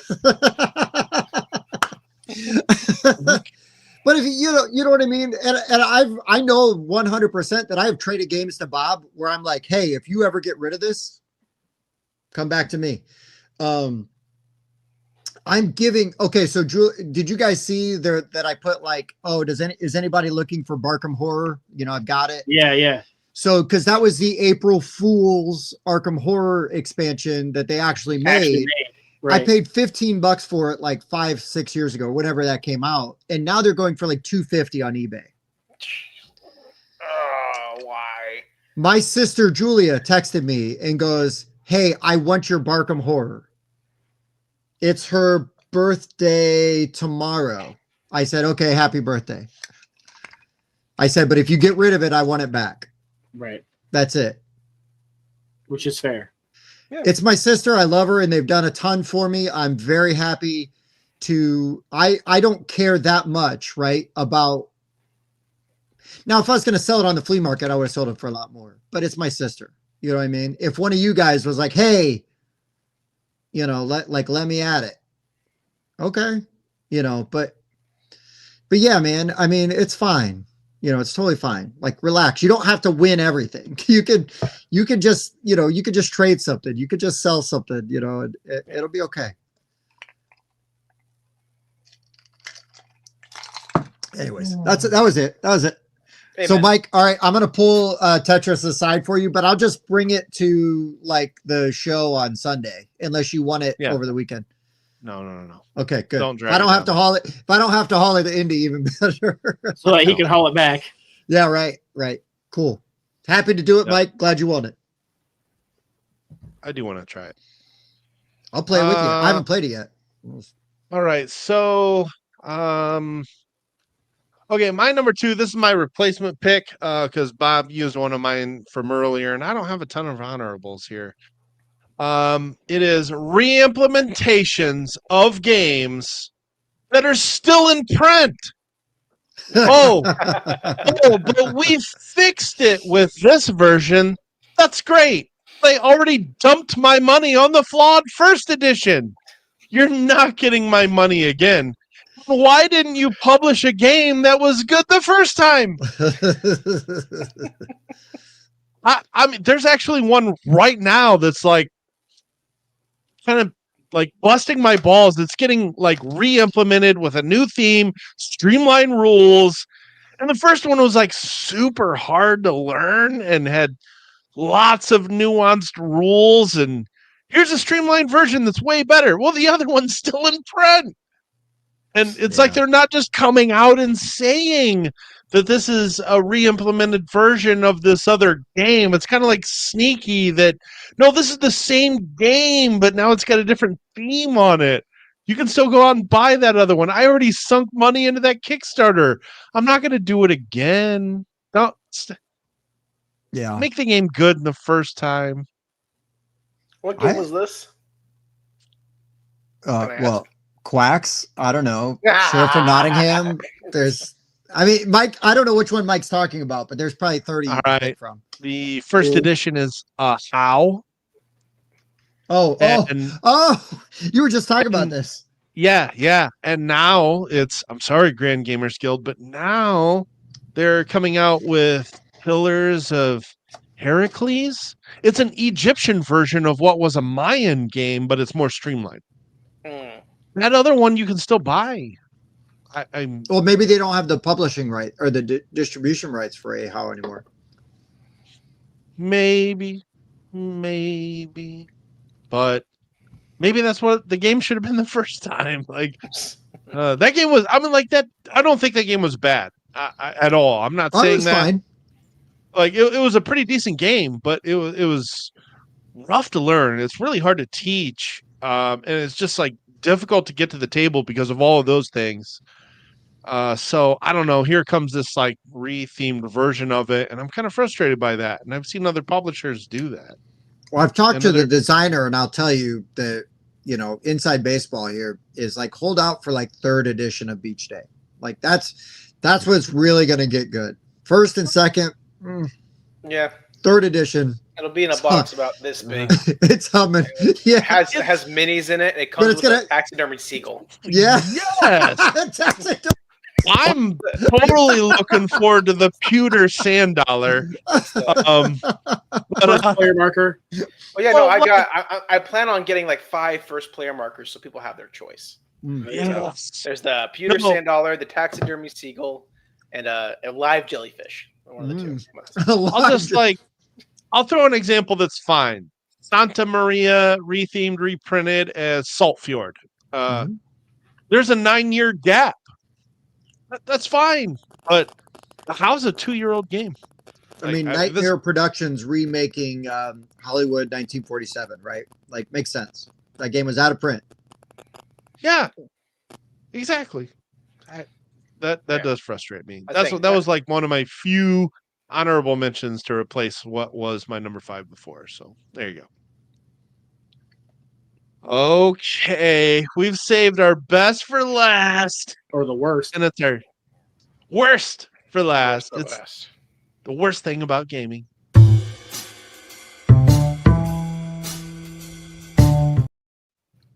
The worst thing about board games is board games. There are too many board games. I'm going to push back. Too many. Go ahead. Let's talk about a new one that's coming out soon to Kickstarter next month. There's just From not enough time. CakePie Games. Not enough time to play them all. There's all these board games coming out. And I like playing board games, but there's just so many. There's so many. I don't have enough time. I don't have enough money. I don't have enough storage space. So can we just maybe get together as a consensus of the board game community and say, okay, here are your 100 board games for 2025. Enjoy them. Why there's got to be 4,000 freaking board games that come out every year? It's ridiculous. Go on. No, I'm just saying. I just disagree. I think there's. I don't think there is. And if I thought there was too many board games, I wouldn't start a publisher. I think there's too many. I think board there's gamers. Too many. Oh wait. Board gamers. No, I think that there is too many directionless companies. Instead, people who are making games for the sake of.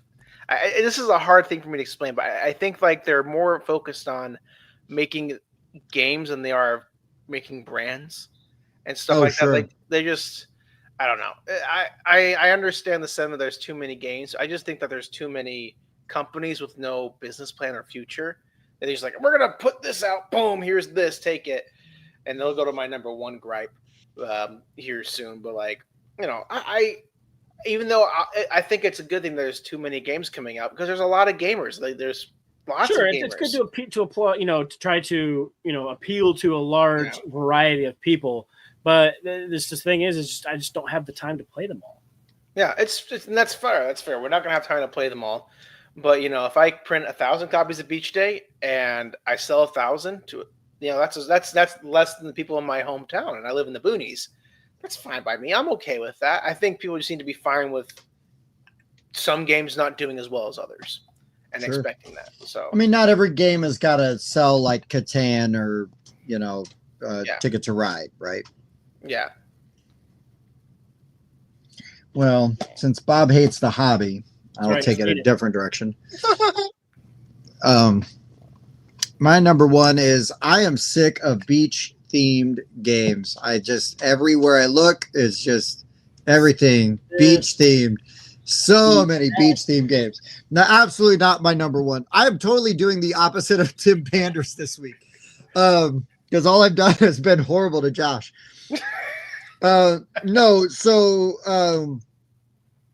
Honestly, though, this is sort of related to Bob's. My number one problem with the hobby is I don't have enough time. I got 2 kids. I got a full-time job. You problem. I've got a wife that I love, and I want to keep her as my wife. And I just don't have enough time to play board games as much as I want. I actually had to stop myself. Like I was like going to. Like I got done with work, got like dinner, got the kids in bed and all that stuff. And I was going to go play Expedition 33 on my PS5 because I'm absolutely loving that game. It is amazing and lives up to the hype. No spoilers, please. And I was like, you know what? I finally have Metal Gear Solid back in my house. Like I need to try these campaign missions. So I played 2 of those campaign missions and I did what I was afraid it was going to do, which is actually made the game better. But even though that worked against the rule book, and then I stopped doing that and then went and played Expedition 33 for another hour and then went to bed. But I just don't have enough time to play all the board games that I want to play all the time. And so like some and the another thing that's really annoying is that there are some awesome, really crunchy games that I absolutely love. Right, like I came out to a meetup over the weekend that Bob organized for us locally. And I played like one small card game with Jazz while we were kind of waiting for other stuff to fill up or open up. And then once we did that, it was like, okay, I can play Ostia, a game that I absolutely love, or I can play Inferno, a game that I absolutely love. But either one of those games was basically going to eat up the rest of the time that I was available that day. I was very happy to do that because a lot of times what I'll do is I will decline playing that 3-hour game, that 2.5-hour game and then instead try to play a bunch of small games. And I will enjoy those small games, but I don't always indulge in getting to play some of those bigger games that I genuinely love. And so I was like, you know what? No, I'm going to play the big game that I really want to play. I had the opportunity to teach it, and I hope everybody had a good time, playing it and found it interesting. But yeah, I just don't have enough time. I wish I could do board games like full time. I really do. The industry is too volatile for my situation to be able to do that. But because I genuinely love it. I so much love playing board games and would do it. I mean, when we go to Indy this weekend, right, Mike, like I barely stop to eat. It's like, oh, well, I got to get food. Well, I don't want to go where I have to go and eat somewhere. Like I want to stay, like when people go to like Origins and then they're like, oh, we're going to go out and have a nice dinner. I'm like, why? Like we could be playing board games. Eat while you like play. There's pizza right over there. I'm going to go get some pizza. Good pizza. Yeah. I'm going to go get some Jets pizza real quick. And I'll be back in 15 minutes. And I'm going to put my greasy paws all over your copy of Beach Day. And then we'll play a good game. And we'll move on. I'm just kidding. I'm sure I like Beach Day. I can't wait to play. But yeah, and if you don't, it's okay. And it's okay. And I'll let you know. Yeah. I'll let you know. I'll probably just bitch about the art. I'll probably be like, well, the game's really good, but the art's kind of garbage. And frankly, the game smells like feet. Give me maybe what I it's want you to do Ammon's is feet. tell me everything you hate about Beach Day while slapping the pizza gently across my face as you tell me. Oh, this is the kind of content people came here for. I love it. I love it. I'm just glad Josh is a good sport. All right, so that's my thing. I just don't have enough time. Yeah. Well, my number one, and I think it's I don't know how we fix it. I really don't know how we fix it. I think that our hobby is very unique where that it might go a little bit with gatekeeping. I think, Mike, you might get to that, so I won't say this necessarily, but it is very difficult for a new person to dive into the hobby alone. It is extremely difficult. Yes, it is. You need someone to hold your hand to have the best experience. Yes. Because board games in the zeitgeist, people think of board games, they think of Candyland, Monopoly, things that are very simple or induce rage type stuff, which is fine. It's fine for that to be the zeitgeist, but it's not like video games where people know, yeah, there are complex video games out there because you think of things like Dark Souls or then there's Mario. Oh yeah, there's a game for everybody. I don't believe board games have that mass opinion. When you go into board games, like, oh yeah, I get people to my board game nights sometimes that I run here in Topsail Island, and they're like, oh, a board game night, that sounds so fun. Can I bring this, Uno cards and poker cards? Yes, please bring that, and I want you to play it with us. I will play it with you. But then they see all the games I bring, and I bring a wide swath. They're like, oh, this is way more complicated than I thought it'd be, and they might get scared off. Luckily, I know this, though, and I'm able to say, hey, no, this isn't complicated. Trust me, let's sit down and play, and they're fine. But if you get some person, when I was working at a board game store, coming in, and they're like, I was not expecting this.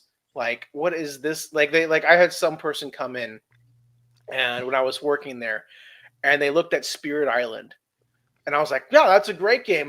What games do you play before? Oh, we like Uno, and we like to play Exploding Kittens. I'm like, okay, I'm going to be honest with you. There's a lot more to board games than you probably. And I walked them through like, this is probably too complicated for you right now. I would suggest these other simpler games first because this takes a very long time to play and explain. But yes, it's great. Come back to it. And some people might disagree with me in that approach. Like, no, just show it to them. No, it's like, no, I don't want to scare people away from the hobby because people come in and have no idea, looking at a box, what they're going to get. And they have no idea that there's the Dice Tower or the Board Game Rundown or Tabletop Submarine or a bunch of other people who explain this stuff to them. It is extremely hard to get into the hobby. And if you go to online, you might run into some people we've talked about who aren't great at introductions and stuff. Like when people say, I really like Catan, and people go after them and say how much Catan sucks, I want to punt those people. First of all, there's nothing wrong with Catan. It's not the greatest game ever made, I agree, but there's nothing wrong with it. And you shouldn't shame somebody who's trying to discover more about our hobby because we need more gamers in the hobby. They should never turn them away. But it's hard. It's a hard hobby to get into. It's expensive, like lots of hobbies are. It takes up lots of physical space, not like video games do. Video games are just your computer or your system. And it's a lot to get into. It doesn't have to be, obviously, but to get the full experience of what the hobby brings, you need someone to hold your hand. If you don't have that, it's very hard. It's really hard to come in from the outside. I agree. I agree with that wholeheartedly. I had somebody introduce me to Magic. I had somebody introduce me to Warhammer. I had somebody introduce me to role-playing games. Same thing with board games on this level. Yeah. And it goes a long way. Because if you go, hey, I like to play cribbage and euchre, and it's like, cool, we're going to play Weather Machine. You might as well just be saying like, fuck you, and I hope you hate this hobby because you're never coming back. Yeah, and that's like, and I have some problems with people making cozy themes on very complex games. Oh, sure. Like, my biggest gripe with Root is the theme. Like, I love Kyle Farron's art, but again, when I was in the game store, people would flock to that who weren't ready. I'm sorry, they weren't ready for that. And, if you explain to them this is actually a pretty complex game, it's going to take you a very long time to figure out, and they're still okay with that, fine. You've been warned. I hope you have a fun time with it. It's not gatekeeping if you're trying to be a Sherpa, right? You're just trying to guide them. You're not trying to say, well, you're not ready for decision. But like, hey, just heads up, Yeah. You'll be playing this game till tomorrow. Yeah. It's one of those things, or like they see Twilight Imperium and they get really excited. They see the price tag, they're okay with it. I'm like, yeah, how long is this game to play? Oh, 320 minutes. That's a long game. It's like it's not gonna take you that long to play. It's gonna take you longer on your first play. Yeah. Your first play, like never. That could be a thing I could have mentioned was timers on board game boxes. They're usually always lying. So, why does Beach Day say 3 hours? I just want to know. Because you want to play it for 3 hours. Yeah. But that's my number one. It's hard to get into without someone guiding. It is. That's a really good one. Yes. Mike? That is completely true. It is hard to get into the hobby. And it's hard to get into the hobby because my number one is gamers.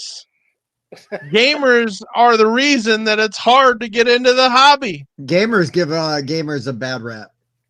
I'm going to summarize a lot of things that are said earlier, but there's a couple rants in here that are worthwhile. Gamers can be judgy, selfish, smelly gatekeepers that have horrible situational awareness. And even worse, they might even think they're a content creator. I have had more gamers ruin gaming experience than everything else we've talked about combined. Mhm. So, real quickly, I want to talk about my top 10 tips to not be the gamer that people don't want to game with. Number 1, read the room. You don't have to crush your opponents in every game.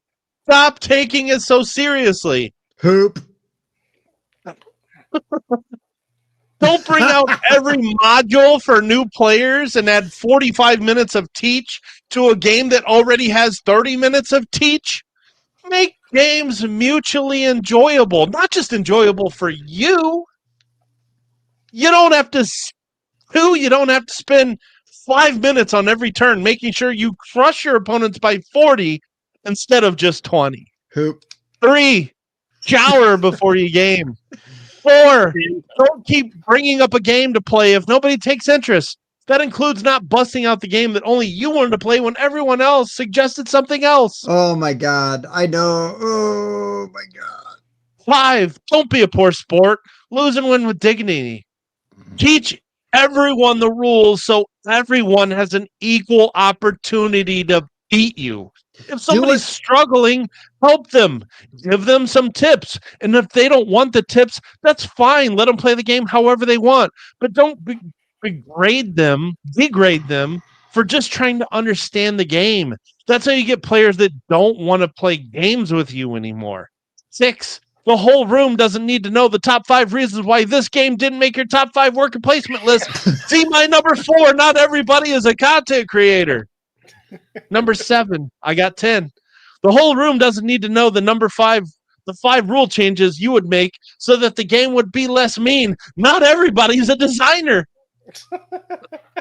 Number 8, just have fun. Like sometimes I feel like people forget that this is why we play games. People take it way too seriously. Leave the politics at home. We're here to forget that shit and just have fun. Also, 9, just relax. Right. Go on. Relax. 9, just because a person doesn't get as heavy into the hobby as you do, or collect as many games as you do, or prefers light games over heavy games, that doesn't make you a better gamer. And that certainly doesn't make your opinion more valid than anyone else's. Don't invalidate someone else's opinions because they like better, lighter games than you do. Which leads me to my number 10, stop the gatekeeping and elitism. Let people buy games at their big box stores. Let people buy Villainous at Target. Let people voice to you how they like Villainous and that they bought it at Target. And if you disagree, you don't need to trash their opinions or tell them that they should have bought it from a friendly local gaming store. Let people play Exploding Kittens during their camping trip. You know why? Because I bet the people are enjoying themselves way more than you are, than some of those hardcore gamers that can't be happy with their 1,500 games and really need that CMON game that has 13 expansions just to be happy. And I'd like to add that the worst gathering of all of these gamers nowadays seems to be social media. Yeah. Why is everybody on these huge Facebook groups so elitist nowadays? You don't have to tell a new gamer Beach Day is trash. You just don't have to do that. Yeah, let them discover that for themselves. Make sure they pay their money.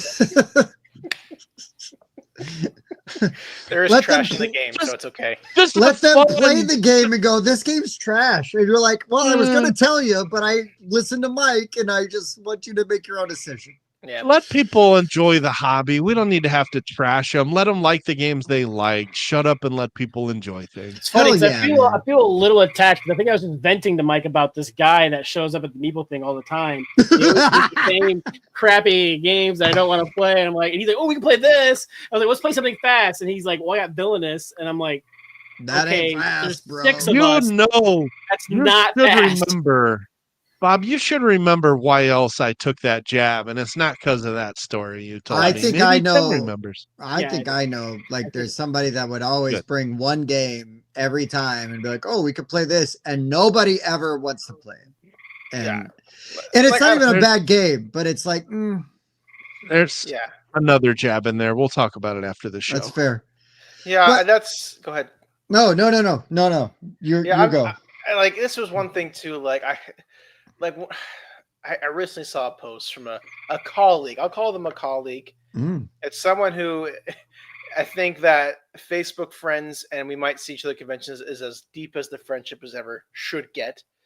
But they were like, every game is political, no matter what. Oh, And it's like, not. no, it's not. I'm sorry. Like, they went off on like, if you don't think this, then you're giving into like white nationalism and a whole bunch of buzzwords that people throw out. And it's like, okay, Beach Day, it's not political. I'm sorry. As the designer and publisher, I tell you for one thing, if you try to look anything beyond, you're just playing down shells, you're wrong. right. And as right. the artist, which I don't think you can make the argument that games are art. Sure, fine. I'm not an art. I will never put artist on my LinkedIn page for designing a game. But Right. like, it's not political. It doesn't. Not everything has to be. I'm gonna that ask way. you who this is off air because I think I have an idea who it is, but I want to know. I heard No. that too. Where's the frog? Probably in Tim's basement. Oh, it's actually there's a frog in my window well right over here. That's what I was hearing. I was like, what is that noise? Yeah, I'm like What is looking and I'm that? like, we get a lot of frogs around here. It's crazy. My kids Yeah. love to catch them. Yeah, but yeah, gamers sometimes bring their own personal issues or their own personal. I don't want to. I mean, you get a person and their principles and stuff, but like they overdo Well, it sometimes. So And and let's just jump on this really quick. If I'm playing a game based on a period in history, and that hi frog, and that is an uncomfortable. If there are some uncomfortable things about history at that time, I don't need that removed from the game. yeah, Leave it in. Listen, man, like it happened. It Yeah. was there. You know, like do not kill me because I love Age of Empires, right? Colonization. Yeah, I mean, you're a colonizer, you know. Well, yeah, we are, but that happened. everybody's a playing- colonizer. I'm I'm sorry. playing a game that I love. I don't want to play a World War II game and then find out there's no like Nazis. It's like, dude, World War II happened. Okay. Right. Dare you enjoy? There was a designer, and I won't say who it is just in case, that we were talking to, and this person will retheme their games to use elves and orcs and things like that to represent sort of different races. And then that way you can do a game that tackles a theme, but it's actually adjacent, but it doesn't freak everybody out because it's fantasy creatures. Right. But also like just freaking calm down, right? It's a board game. Yeah. You know, if unless it's called like How to Be a Better Nazi, right? You know, like relax.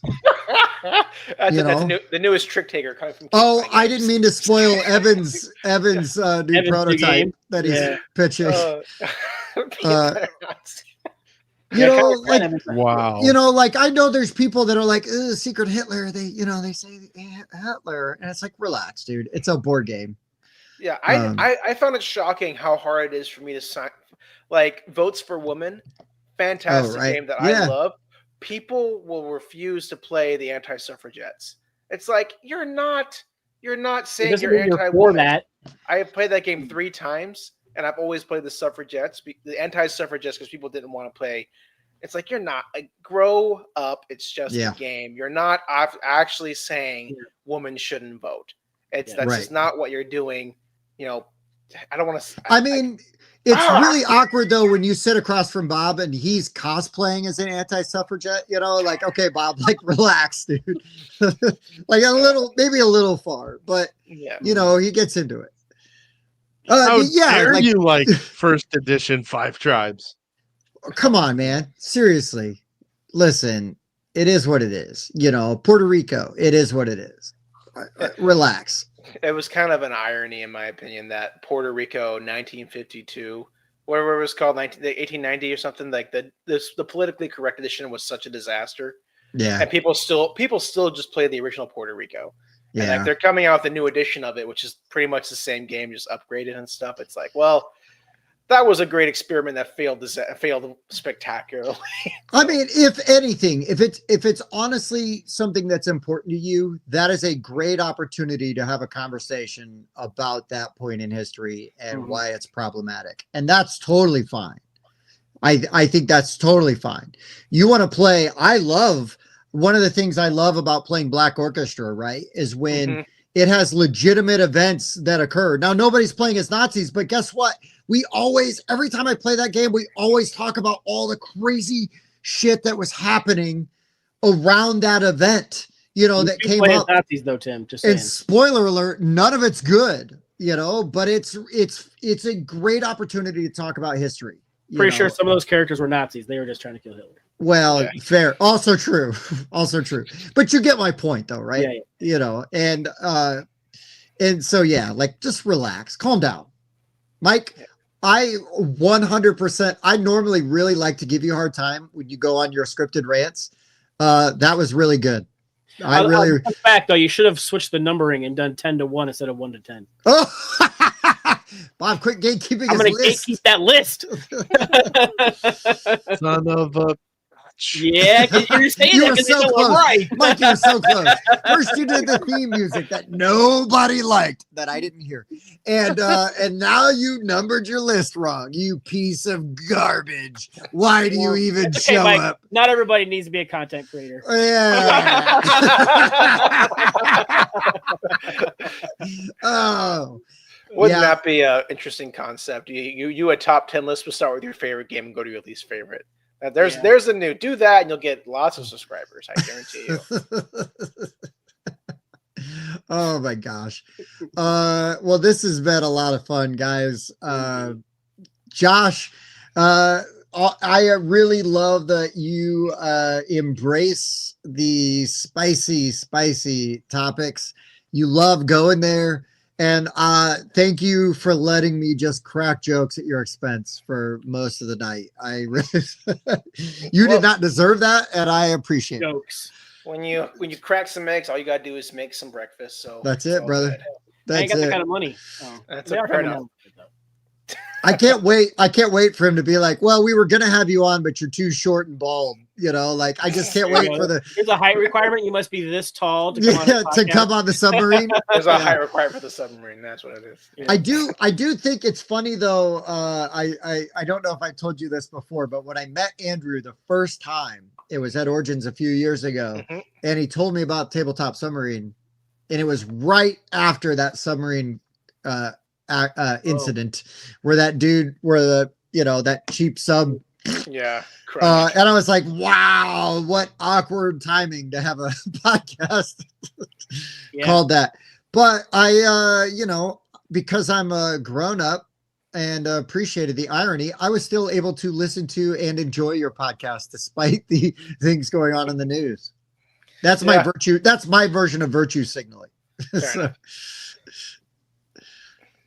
But yeah, man, thank you for being a good sport, jumping on, doing this with us. I know you got to get up and work super early. So thanks for indulging, because it is a great time having you on. I've enjoyed coming on here, so I'm glad I'm invited back. So. Oh, hell yeah, man. We're going to keep pestering you until you're like, stop it. So I can't think of anything more spicy. Then we'll be forced to be creative, and then you'll be like, maybe when you come on for your Kickstarter game, we'll have to do 5 worst things we hate about the beach. Yeah. Mm-hmm.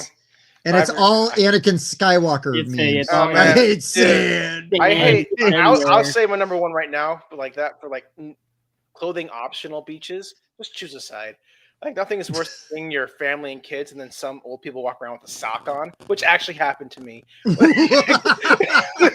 And you guys are like totally naked. You're like, that's rude. Yeah, what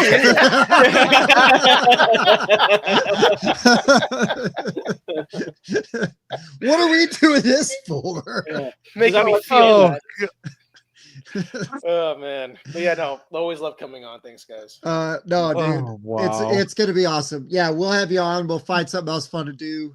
And honestly, Josh, you don't have to have a game coming out to come and hang out with us. I'm really happy to do it. And Mike said that he doesn't care how many times you ask him, he's not gonna do the submarine. He's not gonna do your podcast. He said he's just don't even ask him. I won't. Don't worry, Mike.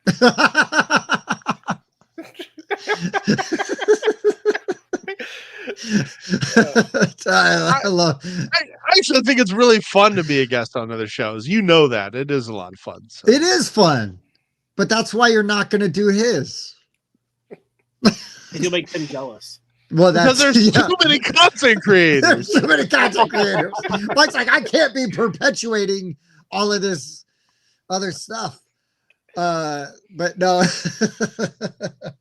I love it. This is my favorite kind of stuff to do. So thank you guys so much. Josh, we're gonna let you go, let you sleep, hopefully get a nap, get a bagel, do whatever you got to do before you get ready for all that stuff. Mike and Bob, thank you every week for helping make this show everything that it is. Look forward to playing just a metric butt ton of board games over the weekend. And then, we'll be back next week. Did our guest change, or do we are we still having the guest, or are we moving it? Sam so we're still Stockton. having Sam on anyways, right on. Yes, we have Sam Stockton on from BA Games, and unlike Josh, just really one of the true good guys in the industry. My favorite Latter-day Saint. love spending time with that dude. What'd you say, Bob? So my favorite Latter-day Saint. Yeah, he is. Well, fun fact, I am too. So it all happens that way. Well, now he's my. You guys are gonna have to wrestle or something. I don't know. Seriously, I guess we just pop up. We just like we're like little. I swear, in the hobby, we're like little mushrooms. We're just like, hello, it's one of us. Oh, and Bob's like, kill it with fire. Just get a broom and just gently sweep us out. Like, okay, I have to say that I have been. Really, I actually, out of a lot of the people that are religious, Latter-day Saints tend to be some of the most fun to kind of, mess around with. They have great senses of humor most of the time. Know why? It's because forever since we've been around, we've been taking hits, and we're like, okay, at this point, we can take hits. Right. We just have a thicker skin than lots of other sects of Christianity. That's fair. It's I've been taking hits all my life. I can take a few more. It's okay. I'm all hey, good. That's fair. Yeah, that's fair. I listen, man. I love giving them, and I don't mind taking them. Right, like as long as we're all coming from a good place and we're having fun. So it was very versed. Yeah. Anyways, you guys are awesome. Thank you everybody that watched. Thank you everybody on the rewatch. If West is watching, we're gonna call him out. West, your key word. If you actually watch this, the word is periwinkle. When you see us, you need to say or message us periwinkle. That's right. That way we know you rewatched. The call out till the end.